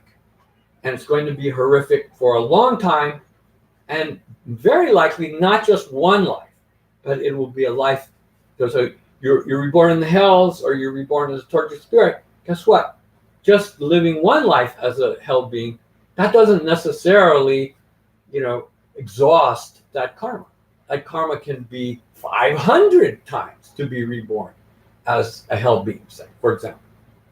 Okay, now the doctrine of karma doesn't stop there. It says then if that the power that karma has to bring rebirth in the lower realm, if that aspect of that bad deeds becomes exhausted, and say you were reborn again due to some other karma, right? In a higher realm. Let's say you're reborn as a human, right? Now you're reborn as a human, but guess what? That original karma that you committed of taking life, it's not done, right? It's done bringing you rebirth in the lower realm, but now it can manifest itself in a form of a life cut short. That also goes all the way back to that same single act, right? So that's one example of another consequence or another aspect of the karmic result. And the other result is that even if you're reborn as a human being, you're not going to be reborn in circumstances that are very pleasant. You'll be reborn in a place that's filled with thieves and murderous people and a very, scary kind of environment. So that's the third kind of karma. All of that is tied to the doctrine of karma of that single act, right, of a misdeed. Okay, so most of the kind of attention on the doctrine of karma is the being reborn in the lower realms. That's the ripening result. That's the right? So this verse is talking about that, right? So it's saying if you have to constantly be on guard, both in relation to this life, because it means if you live a life, a careless life, or a life where you commit harm to other people, you can face consequences in this life. You can, the law will catch up with you, and you'll suffer those consequences. But that has nothing to do directly. Or that's not, what does it do? That's an interesting point. That can also be karmically related, but that's not the longer term consequence. The longer term consequence is that you can be reborn in the lower realms for engaging in that kind of harmful behavior, which is ultimately motivated by some kind of selfish desire to, bring some kind of gain to yourself in the short term. So it says, given that the fact that is a potential that's always there for you, and that you must be wary about that you must be thinking about that there is the danger of that, sort of hanging over your head, because you're not, you are one of that kind of the ordinary samsaric being. You're not an Arya by any stretch. So that's something that is, if let's say you believe that, let's say you actually are, you espouse that doctrine. And we read in the Yuanden Shikuma, it says, right? Even the slightest kind of misdeed, we should be, be careful in trying to not allow ourselves to engage in them, right? So if that's how you have to live your life, constantly guarding your mind, constantly kind of making sure that you don't lose control of your emotions and do something, karmically harmful to yourself, he says, so that's a kind of that's a condition under which we live. We live under the condition, and this is talking about the truth of origination, right? This is talking about the mental afflictions and karma. That we're subject to the mental afflictions and karma, right, by our behavior. And if we think about that, and if we take that seriously, that requires us to be kind of like on the alert all the time, on the alert. Especially the less refined we are spiritually, the more tendency we might have to to give in to anger or some other mental affliction. And so it's not a pleasant prospect to be in that state, to be in a state where we have to be on guard all the time to how we might in a lapse in a moment of lack of consideration, do something that we regret afterwards for lesser reasons. So saying, therefore, given that, then we should not. So that element also is something that should reinforce the idea that everything's not okay. Life is not hunky-dory. That that peril, that danger is something that is always, unless and until we embark on the path, unless and until we free ourselves to some. Now, there's a really interesting term, which I like in Tibetan literature. It's called Deng. I think it's spelled Gao Dashi Deng Nasa Deng, and it means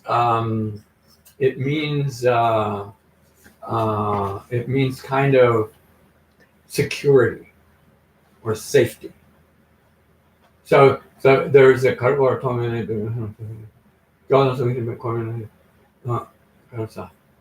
so there is this thing about, in practice,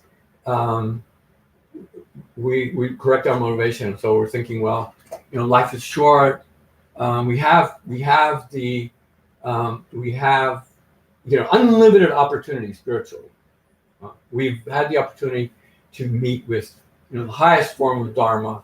If we we're able to motivate ourselves and to be able to gain the ability to practice kind of Dharma that will allow us to achieve enlightenment in within a single lifetime. That's an amazing thing, but life is also very short. So it says, Sensa Simba, in the word, I'm thinking of a phrase similar to that. It says, Sensa Simba means unless you reach a point where you're secure. Senba means like in a fortress, right? In a fortress, you're protected, right? So Deng means you reach a point in your spiritual practice where you don't have to be afraid that you're at risk, right? So for instance, in Abhidharma Kosha, I believe it is, describing the path, it says that this path Jorlam, right? Jorlam is the second of the paths, right? So it's Dra, Zemo, Saba, Chocho, right? I think it says, between, I think, Zemo and Saba, right?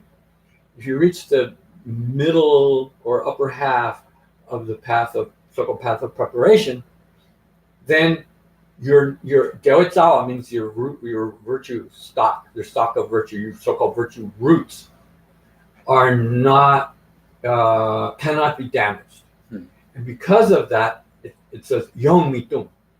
Yong Mitung, it says means you're not subject to falling into the lower states. You're not an Arya yet. But you're not going to fall back. You're not going to you're not going to lose your renunciation. You're irreversible in your spiritual development. So that's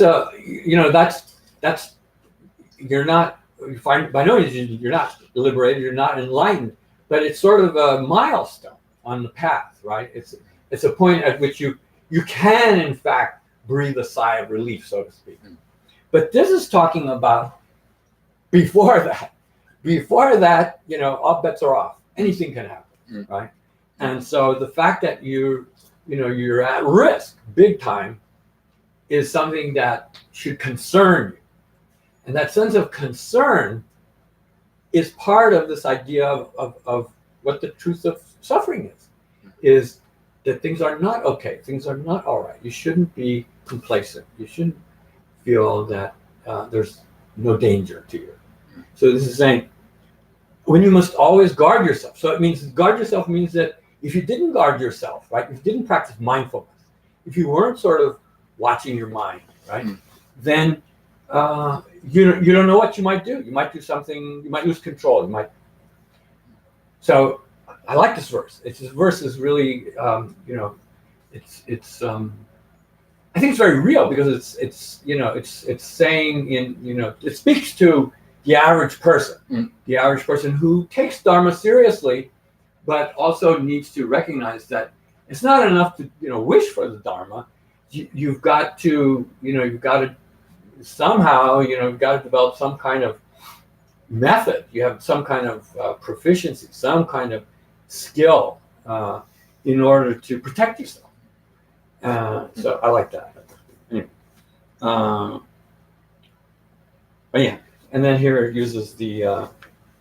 This is a kind of. There's no other verse that I think in this chapter that really, to me, kind of. I mean, this one really grabs me. It really resonates. Anyway, so the simile here is saying. It's like a person who knows that. Let's say, for instance, let's say there's a lot of thieves in your neighborhood, and you know that these thieves are very active, right? And you're sitting in your house and you're worried, like,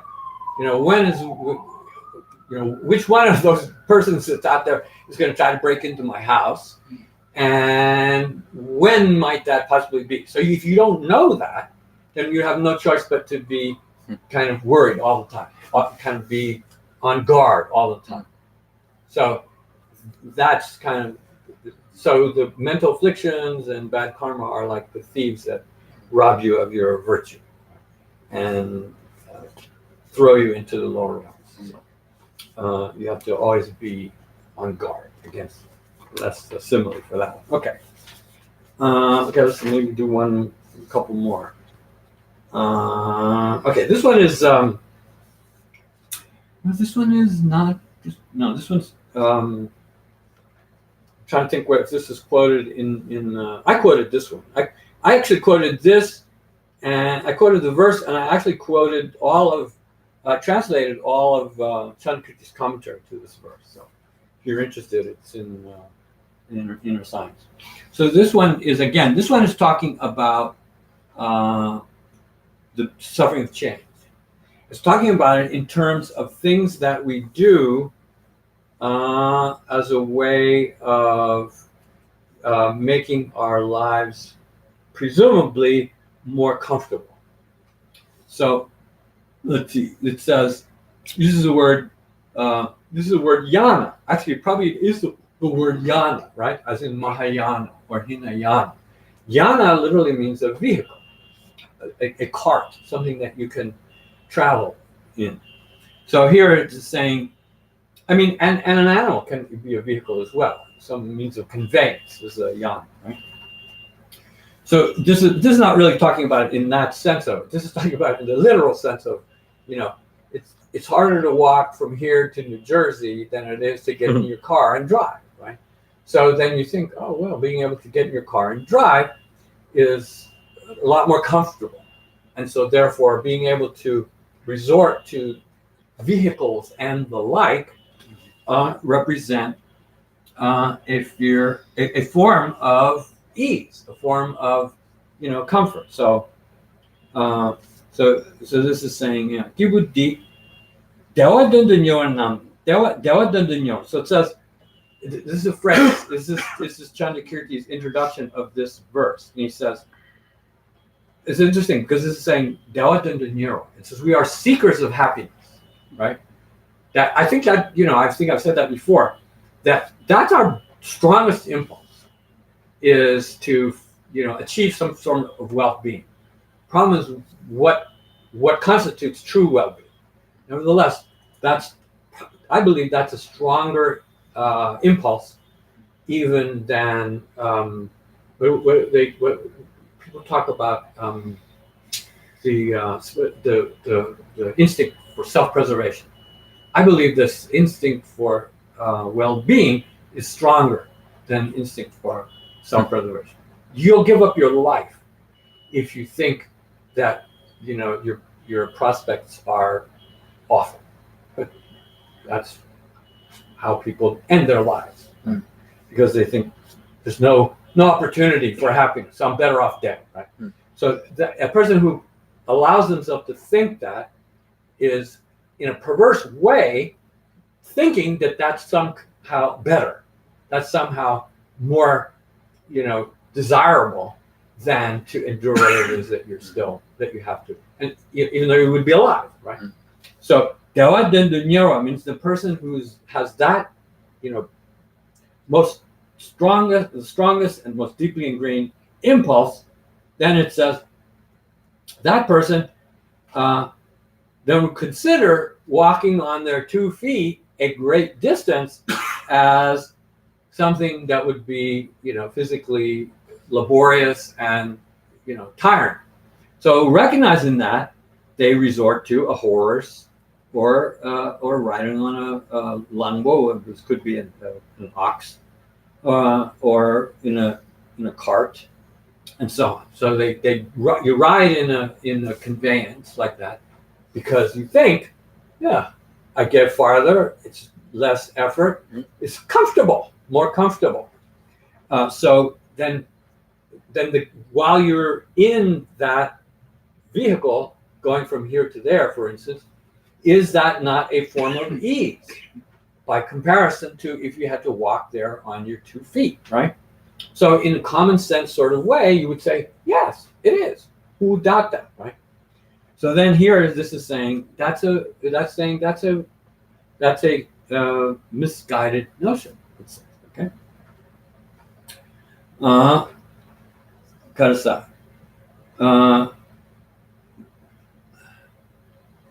Gete. Dena dewa mena. Dela dena mena. Dedala mishamashiko. So he says, if people didn't think that that was a form of convenience and a form of comfort, it wouldn't get in the cart in the first place. So obviously people consider that an example of ease, right? So that's a case of the suffering of change as a genuine form of ease or not. Okay, so here he says, so giving that, this is the way Chandakirti approaches these things. He interprets these verses as situations that answer misguided ideas in the everyday sense, in a common sense way, that there is some kind of well-being, ease, comfort, happiness in the world. So he says, so given the fact that we have, industry that, allows you to get in an airplane, fly from here across, the other side of the world, you'd never get there otherwise, right? So that, that's human effort sort of providing something that would be a means of, satisfaction and something worthwhile. Why would people wouldn't do it? People wouldn't create these things and people wouldn't get in them and go there, right? So therefore, that must be some kind of actual happiness or ease. Then he says, in response to that idea, then this verse is written. He says, the first verse says,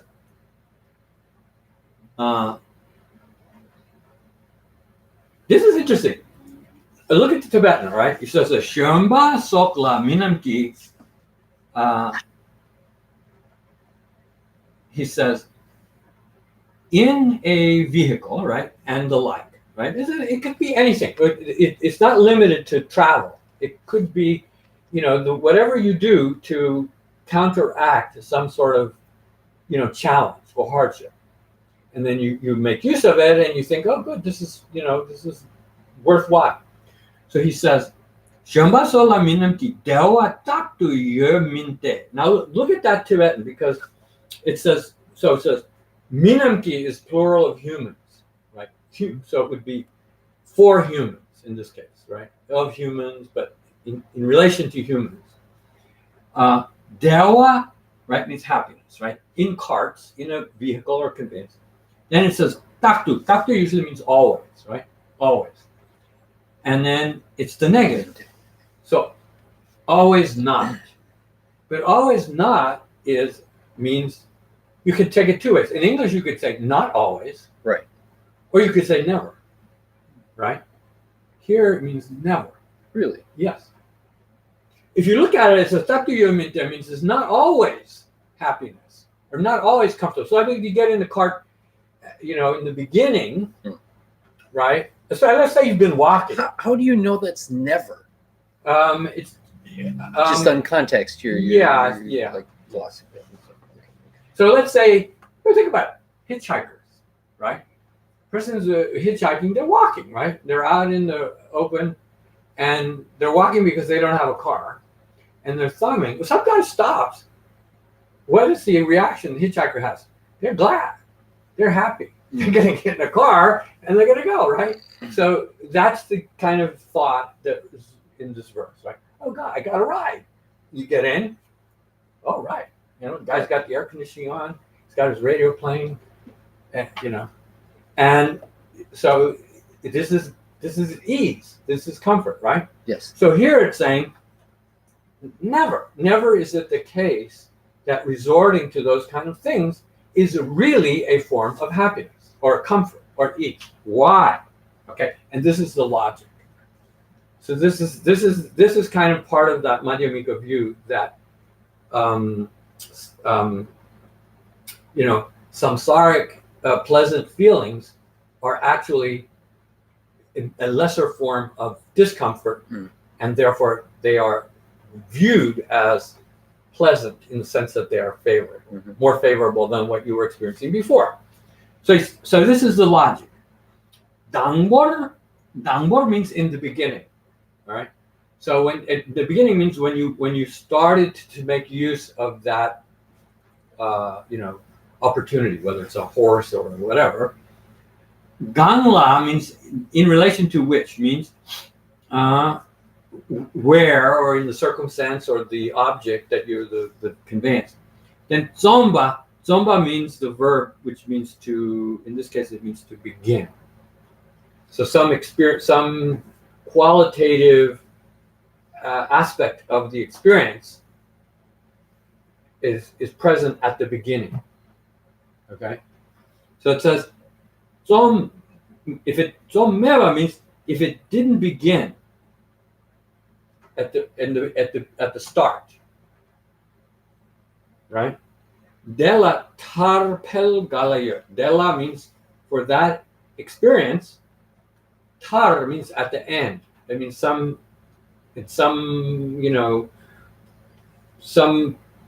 time significantly after you got in it. Right?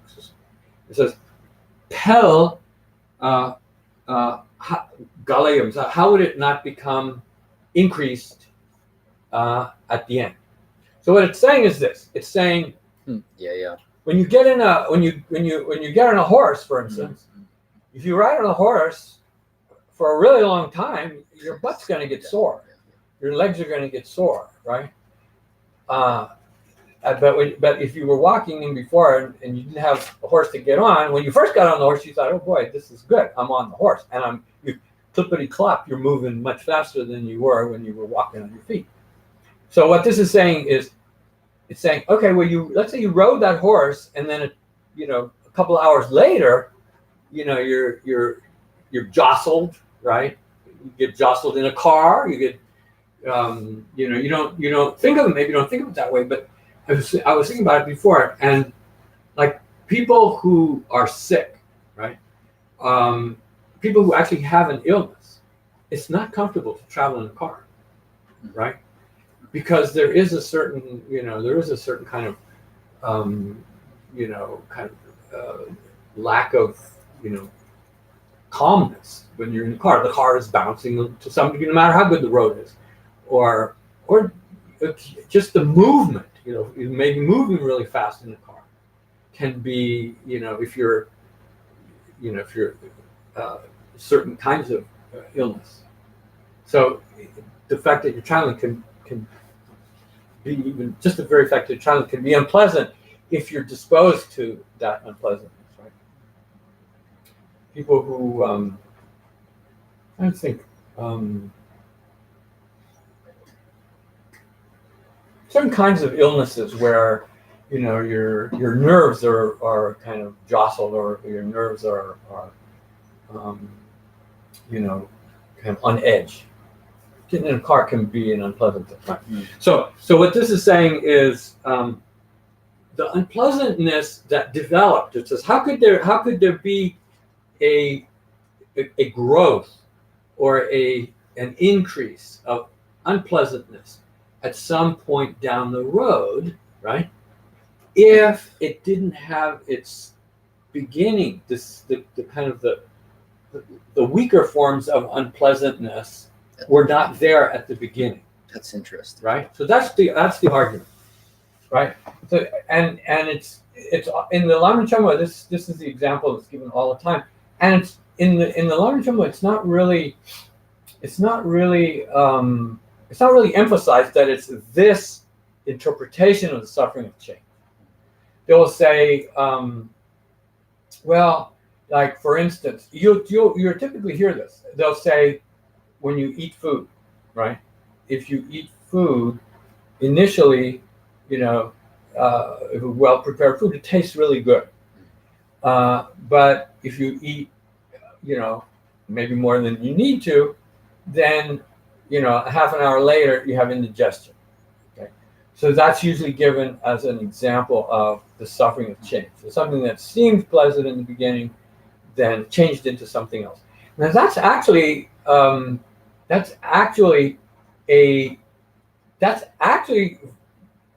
kind of in keeping with this Madhyamika view of the suffering of change, to say that the food that was eaten at the very beginning that seemed pleasant actually was not pleasant, and it's just that later on, when your body started to try to digest it, then whatever the discomfort can become more pronounced. I was saying if the seeds of that unpleasantness were not, there when you first ate it, it wouldn't go into indigestion later.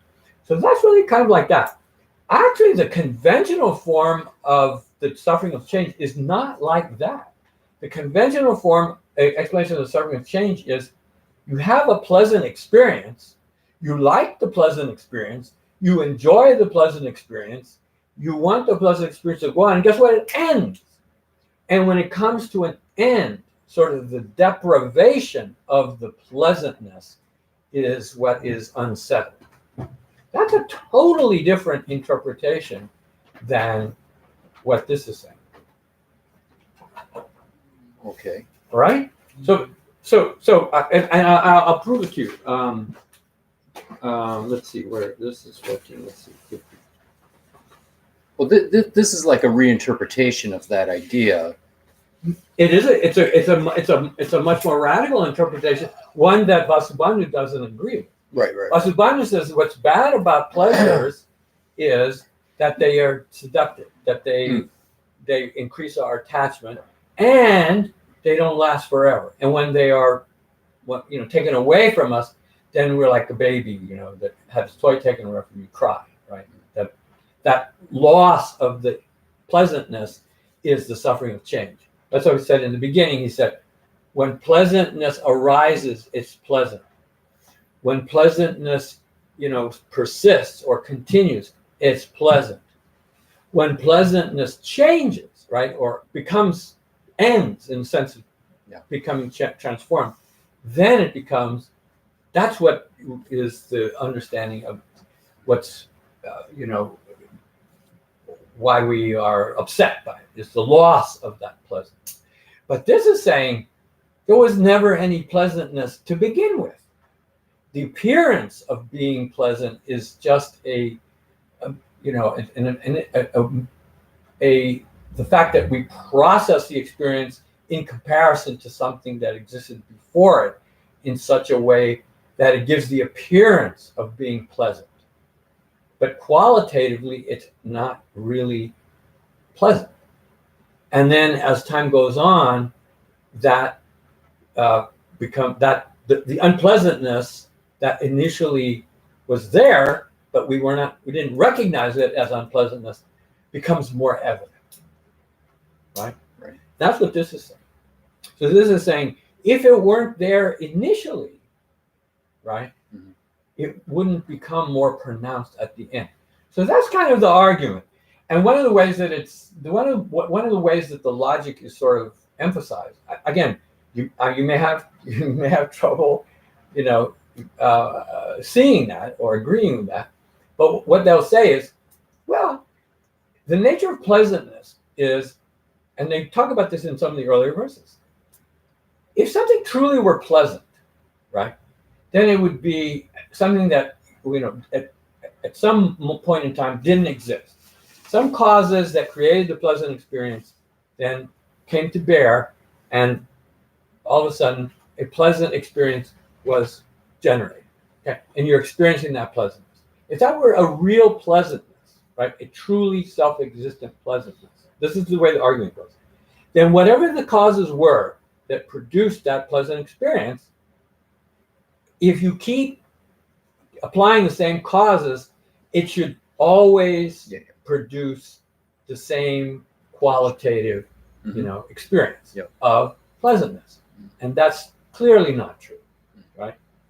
So that's kind of another sort of way of addressing the notion that it wasn't pleasant in the first place. It just seemed that way. Okay, so anyway. Is the language of the commentary? Huh? What does he say? You're saying if it wasn't there in the beginning, it wouldn't increase? If there were not some quality of unpleasantness, It wouldn't be able. it wouldn't, because they're saying that there's some sort of continuity to the experience. The continuity of the experience is you're riding in the same vehicle. Right. But the idea is that initially the idea of riding in the vehicle seemed appealing. Right. It seemed like something that was, would be a prospect of comfort, right? However, it's saying no, it's just another form of unpleasantness. And when you get in it in the first place, whether it's mentally or just the way you experience it, Right. it has the appearance of being favorable, but the continuity of that experience is such that as it goes on in time, it will become more evident that there's something not altogether agreeable about it. And saying that wouldn't happen if it didn't have sort of the seeds of that unpleasantness at the beginning. If the unpleasantness didn't begin at the outset, it wouldn't have any possibility of becoming more evident at a later time. That's the argument. So is that essentially that, there's a good karma that created a good experience, but it wasn't a purely good karma? Yeah, I guess you could. I don't want to. I guess you could think of it that way. I mean, I think that this is really kind of this is a what should I say, a challenging sort of discussion, because it's kind of attacking the idea of pleasantness, at all, that there really is any kind of pleasantness, and yet we want to say, right, good karma brings pleasant experiences. So I think what you're saying is correct, that what we will label or think of in an ordinary sense as pleasant experiences, in terms of karmically pleasant experiences, they're nevertheless samsarically pleasant experiences, and at a deeper level, they're not really pleasant. They really have some deeper level of unsatisfactoriness. And yet, he gets into this, but that's something that really you have to wrap your head around to kind of, because it kind of seems like, we think pleasure and pain are they're not contradictory, right? They're sort of, they're opposites, but they're not contraries, right? Pain and absence of pain are contradictories. Pleasure, absence of pleasure are contradictories. Pleasure and pain are, they're different. They're like blue and red are different. They're not contradictory. And then he gives it a little discussion that's kind of like that. So there's a certain kind of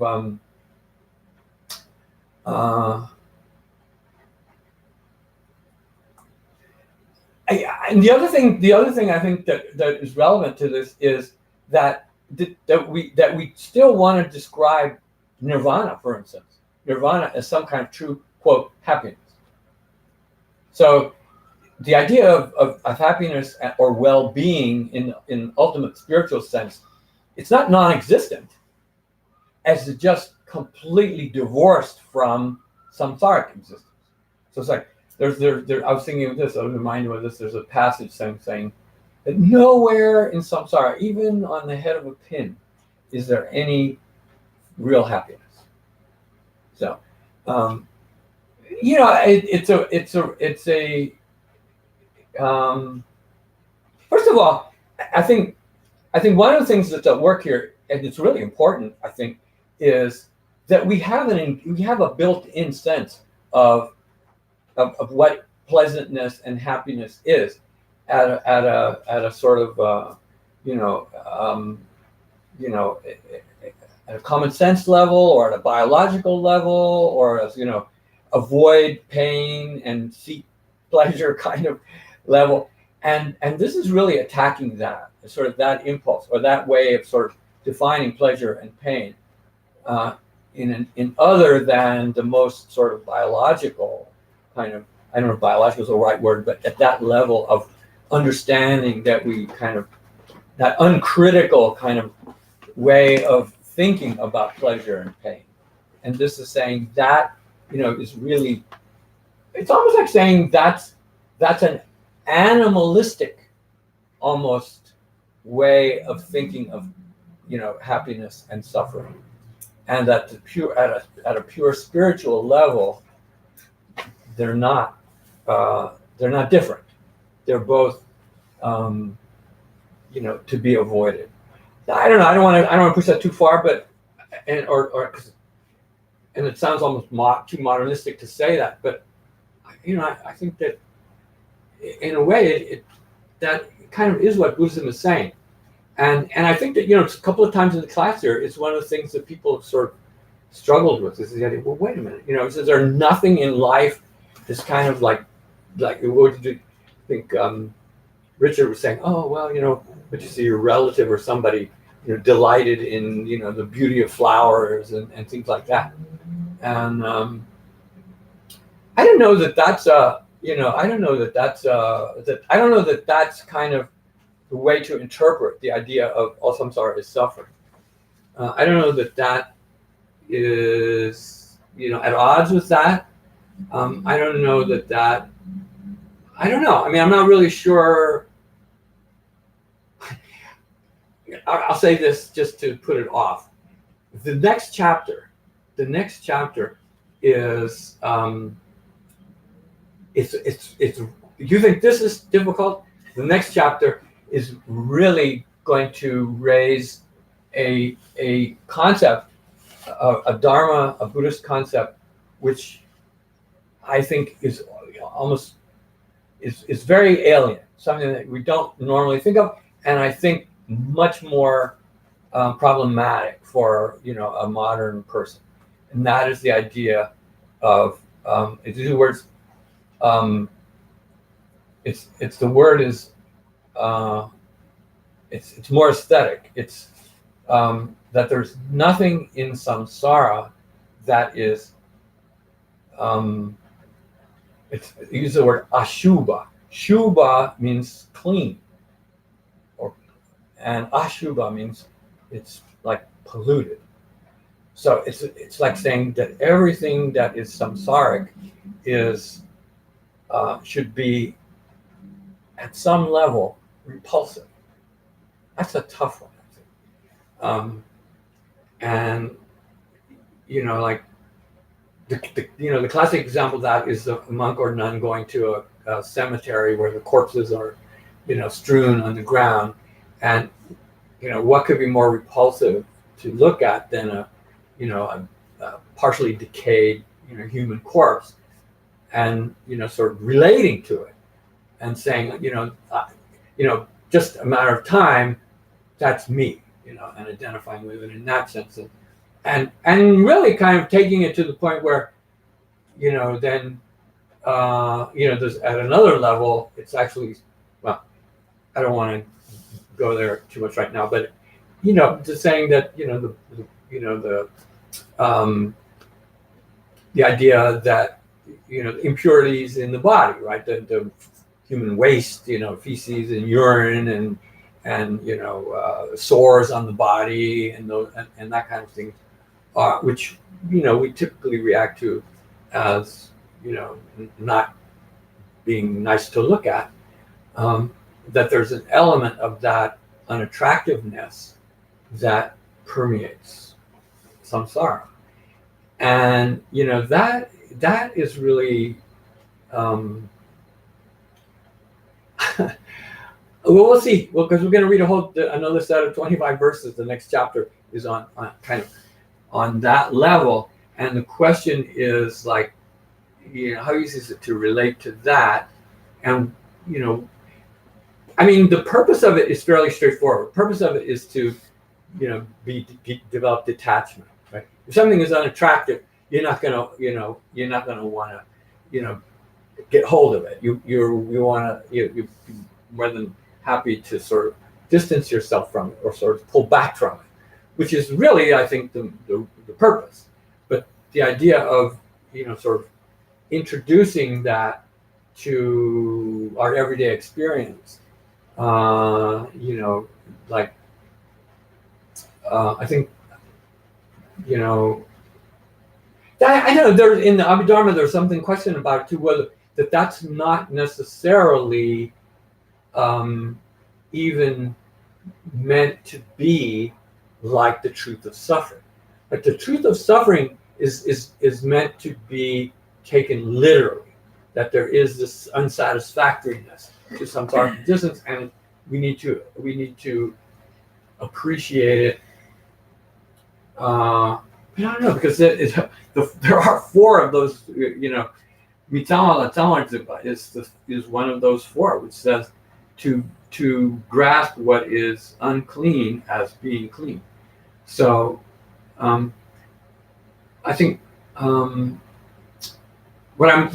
kind of rattling around in my head right now is that I remember reading something about that there are some meditations where the meditations are artificial, right? That they're artificial in the sense that you're imagining, there's one of visualizing, the world that's kind of filled with skeletons. It's like, and you kind of so that's not something that you that you see, where genocide has been committed, but it's typically not something that we normally are going to encounter like that. So in that sense, it's kind of a fabrication that you meditate on. But there is this quality of that samsara is not pretty.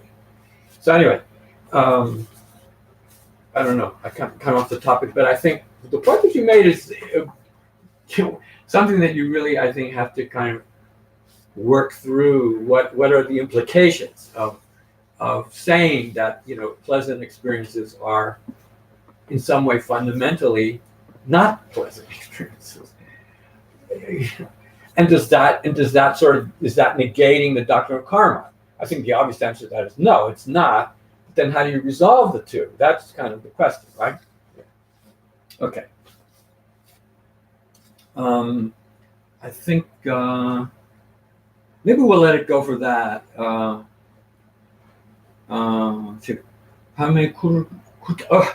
I'll do the simile, because the simile is, I think, really again one of these things like and then I have to end a little bit early today. So it says first one, it says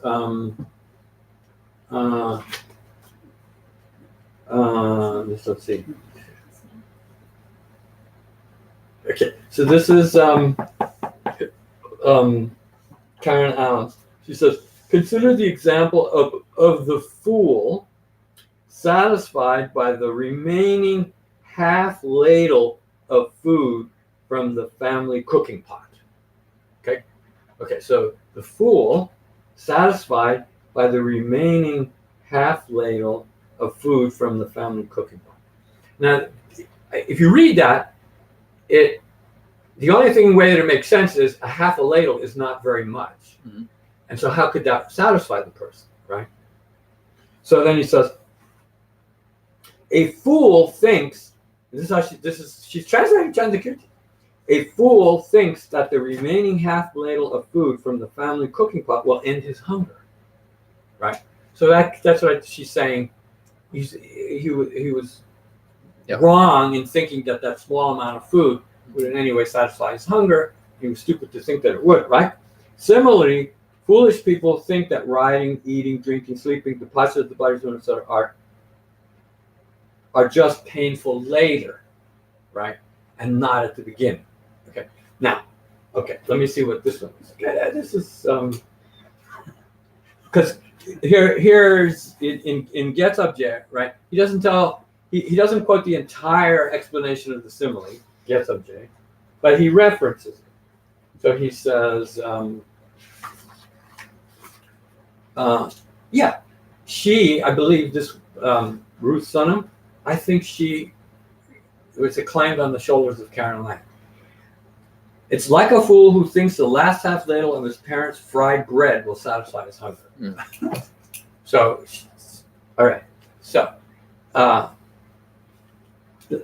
here's the phrase in Gets Object is Gibu means a person, right? Lumbo means foolish person, right? Gibu lumbo shik. Then it says Pame kurkya. Kurkya che. Kurkya che. Che means half, right? Half. So kurkya is I think gyok. The ladle is gyok. So they're somehow taking the word kya there as the ladle, kurkya as being the ladle. Che means half ladle. She's translating kurkya che as half fried bread. Right? Isn't that what she says? Something fried bread. The last half ladle of his parents' fried bread. That ladle and bread, it doesn't go together. But anyway, so saying that kurkya che, whatever kurkya means, because the key here is kurkya. Che is half. Jeva selwa means to spell hunger. So somehow this half amount of kurkya would be a source. He thought that it would serve as a cause or a way to dispel his hunger, right? So, I took a completely different interpretation of it. So here, first of all, kurkya, I looked it up. There are these, what do you call them? There's something where you have glossary? No, not glossary. What is it when you have a list of the terms in one language and then a list in another language? There's a word for it. It's I don't think of it. Concordance. Yeah, Concordance. Okay. So there are concordances between Tibetan and Sanskrit. And kurkya, kya means white. Kurkya, right? Right. And I don't know, kur, I think kur is, here it means some kind of, something that I believe, the best I can make it on its own as a syllable is some kind of liquid. So anyway, in the Tibetan Sanskrit concordance, it comes up manda. So manda is like bodhimanda. You know the word bodhimanda? Bodhimanda is chanchu nyingbo, means essence. But also that word manda means the scum of boiled rice, right? Like when you boil rice on the top of the water, it forms like the bubbly stuff, right? That's a manda. And then there's another meaning of manda, which is some kind of dregs or something. No, it isn't. Doesn't mean dregs. So here, I translated this whole passage.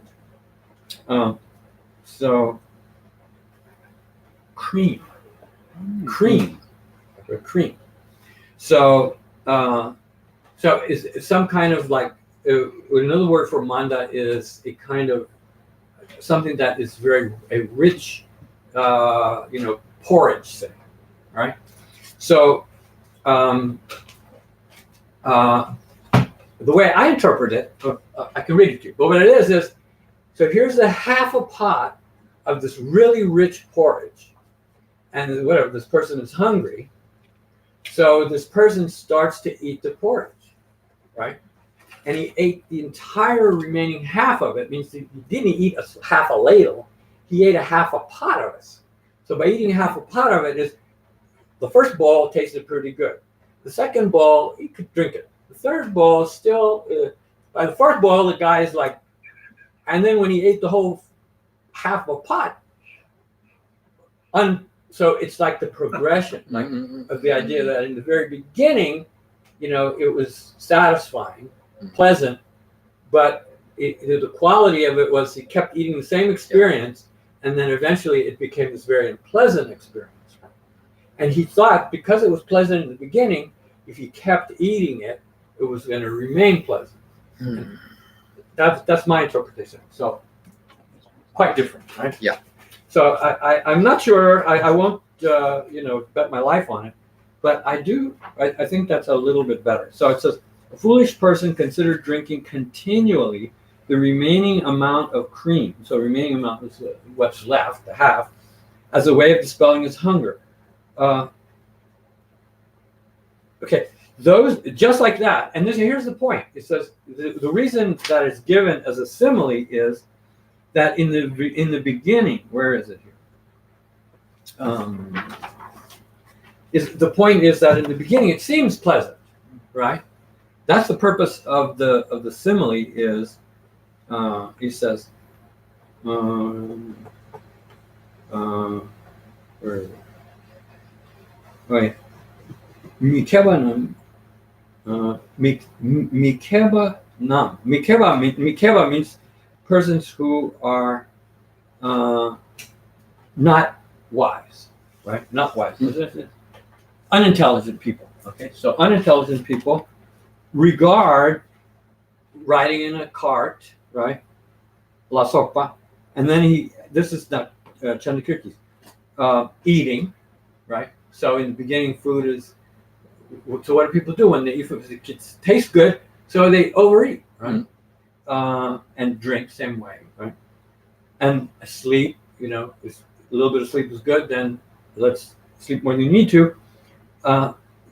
So when they begin to engage in that kind of behavior, it doesn't become unpleasant until some later period, right? Whereas he's saying the fact of the matter is that the quality of that experience there's nothing really inherently pleasant about it.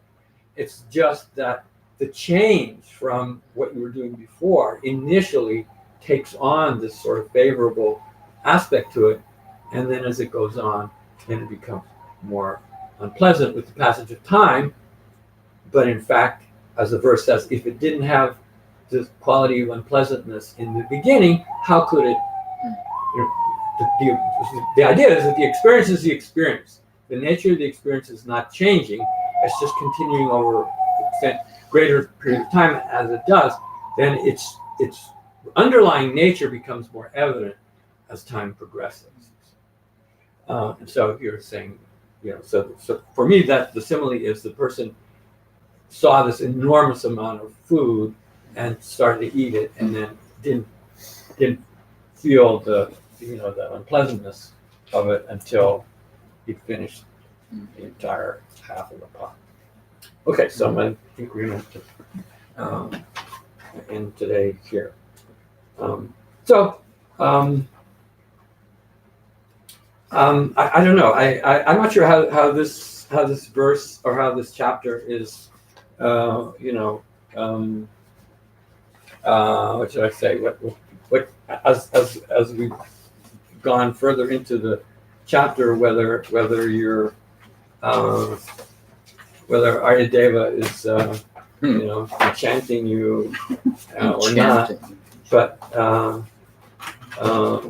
anyway, I remember I listened a little bit to the last part of the last class because it's been a while, and I wanted to see how far we'd actually gotten. I remember what I said at the end of that class, and I stand by that, and that is that I think that the verse, I mean, the material really needs to be kind of looked at in its totality. It does have that sort of there is a the verses individually, they have a meaning to them, but there is a sort of Context that they belong. they do, and there's a range because there's a little bit of a shift in the points that's being made, and I think when you take them collectively, they're meant to sort of have this overwhelming response where you have this recognition that all of samsara is incessant. Okay, so okay. Dan irindu bele toni kadarayang bagan shisa Lome mariki tondro wana Namdren gawe wambo da gyurji Derma sambe zera kunduyam Jambe yangi zewe jesune Dembe rimba gunzan lamgi cho Nyene drube gyana nye jeshu Rangi jishin dobe lamgi ne Shuta zewe jambe tabegi Towe yiki mumba zejene Gawe demba yurin zinguji Demba rinjin jogi magyabam Gyanyamba gyube chodani Ningje jembo yira gyabayi Bende terde zawarje barasho Seje gyawe ne junjin lele Le juk janju langi limbegyam Tandu namgi yila beverjin Gawe zeba rindu kyongguchi Lamsan drube dungen drujejin Kegen seje midami mingun Zera kundu gawe nabayi Nana landan gawar magyuchi Kanze jeba chola juju Sushin rubla zamba deyize Dunle namgi ratu drojejin Rashi gyatsu chokun kyagyo. So you know the verse Chanchu Senjo Rumbache Makiba. So we substitute Ninjung Samba. Ninjung means renunciation. Samba means attitude. Yeah. So the precious attitude of renunciation. Makiba. Okay? Ninjung Samba Rimboche Makiba Namki Gyurchi Gyaba Nyamba Mebaryam Gongni Gongyu Pelwater Show Gawadi Kewogun Sanam Yeshe Zozoshin Sanam Yeshe Lejunwe Tamba Kunyi Toba.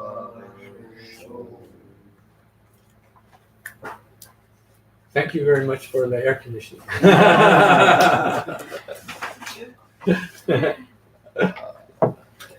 Any idea for Oh yeah. the 20th?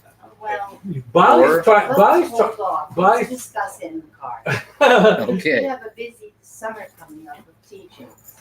Well, here's my thought, Bali. right. If we have one more class, we can finish the chapter. That was my thought. And I thought before we break for the rest of the summer, it would be nice if we did. Only if you take them to dinner. I think it. Ooh. Catalina. Okay. Or anywhere you want. Anywhere you want.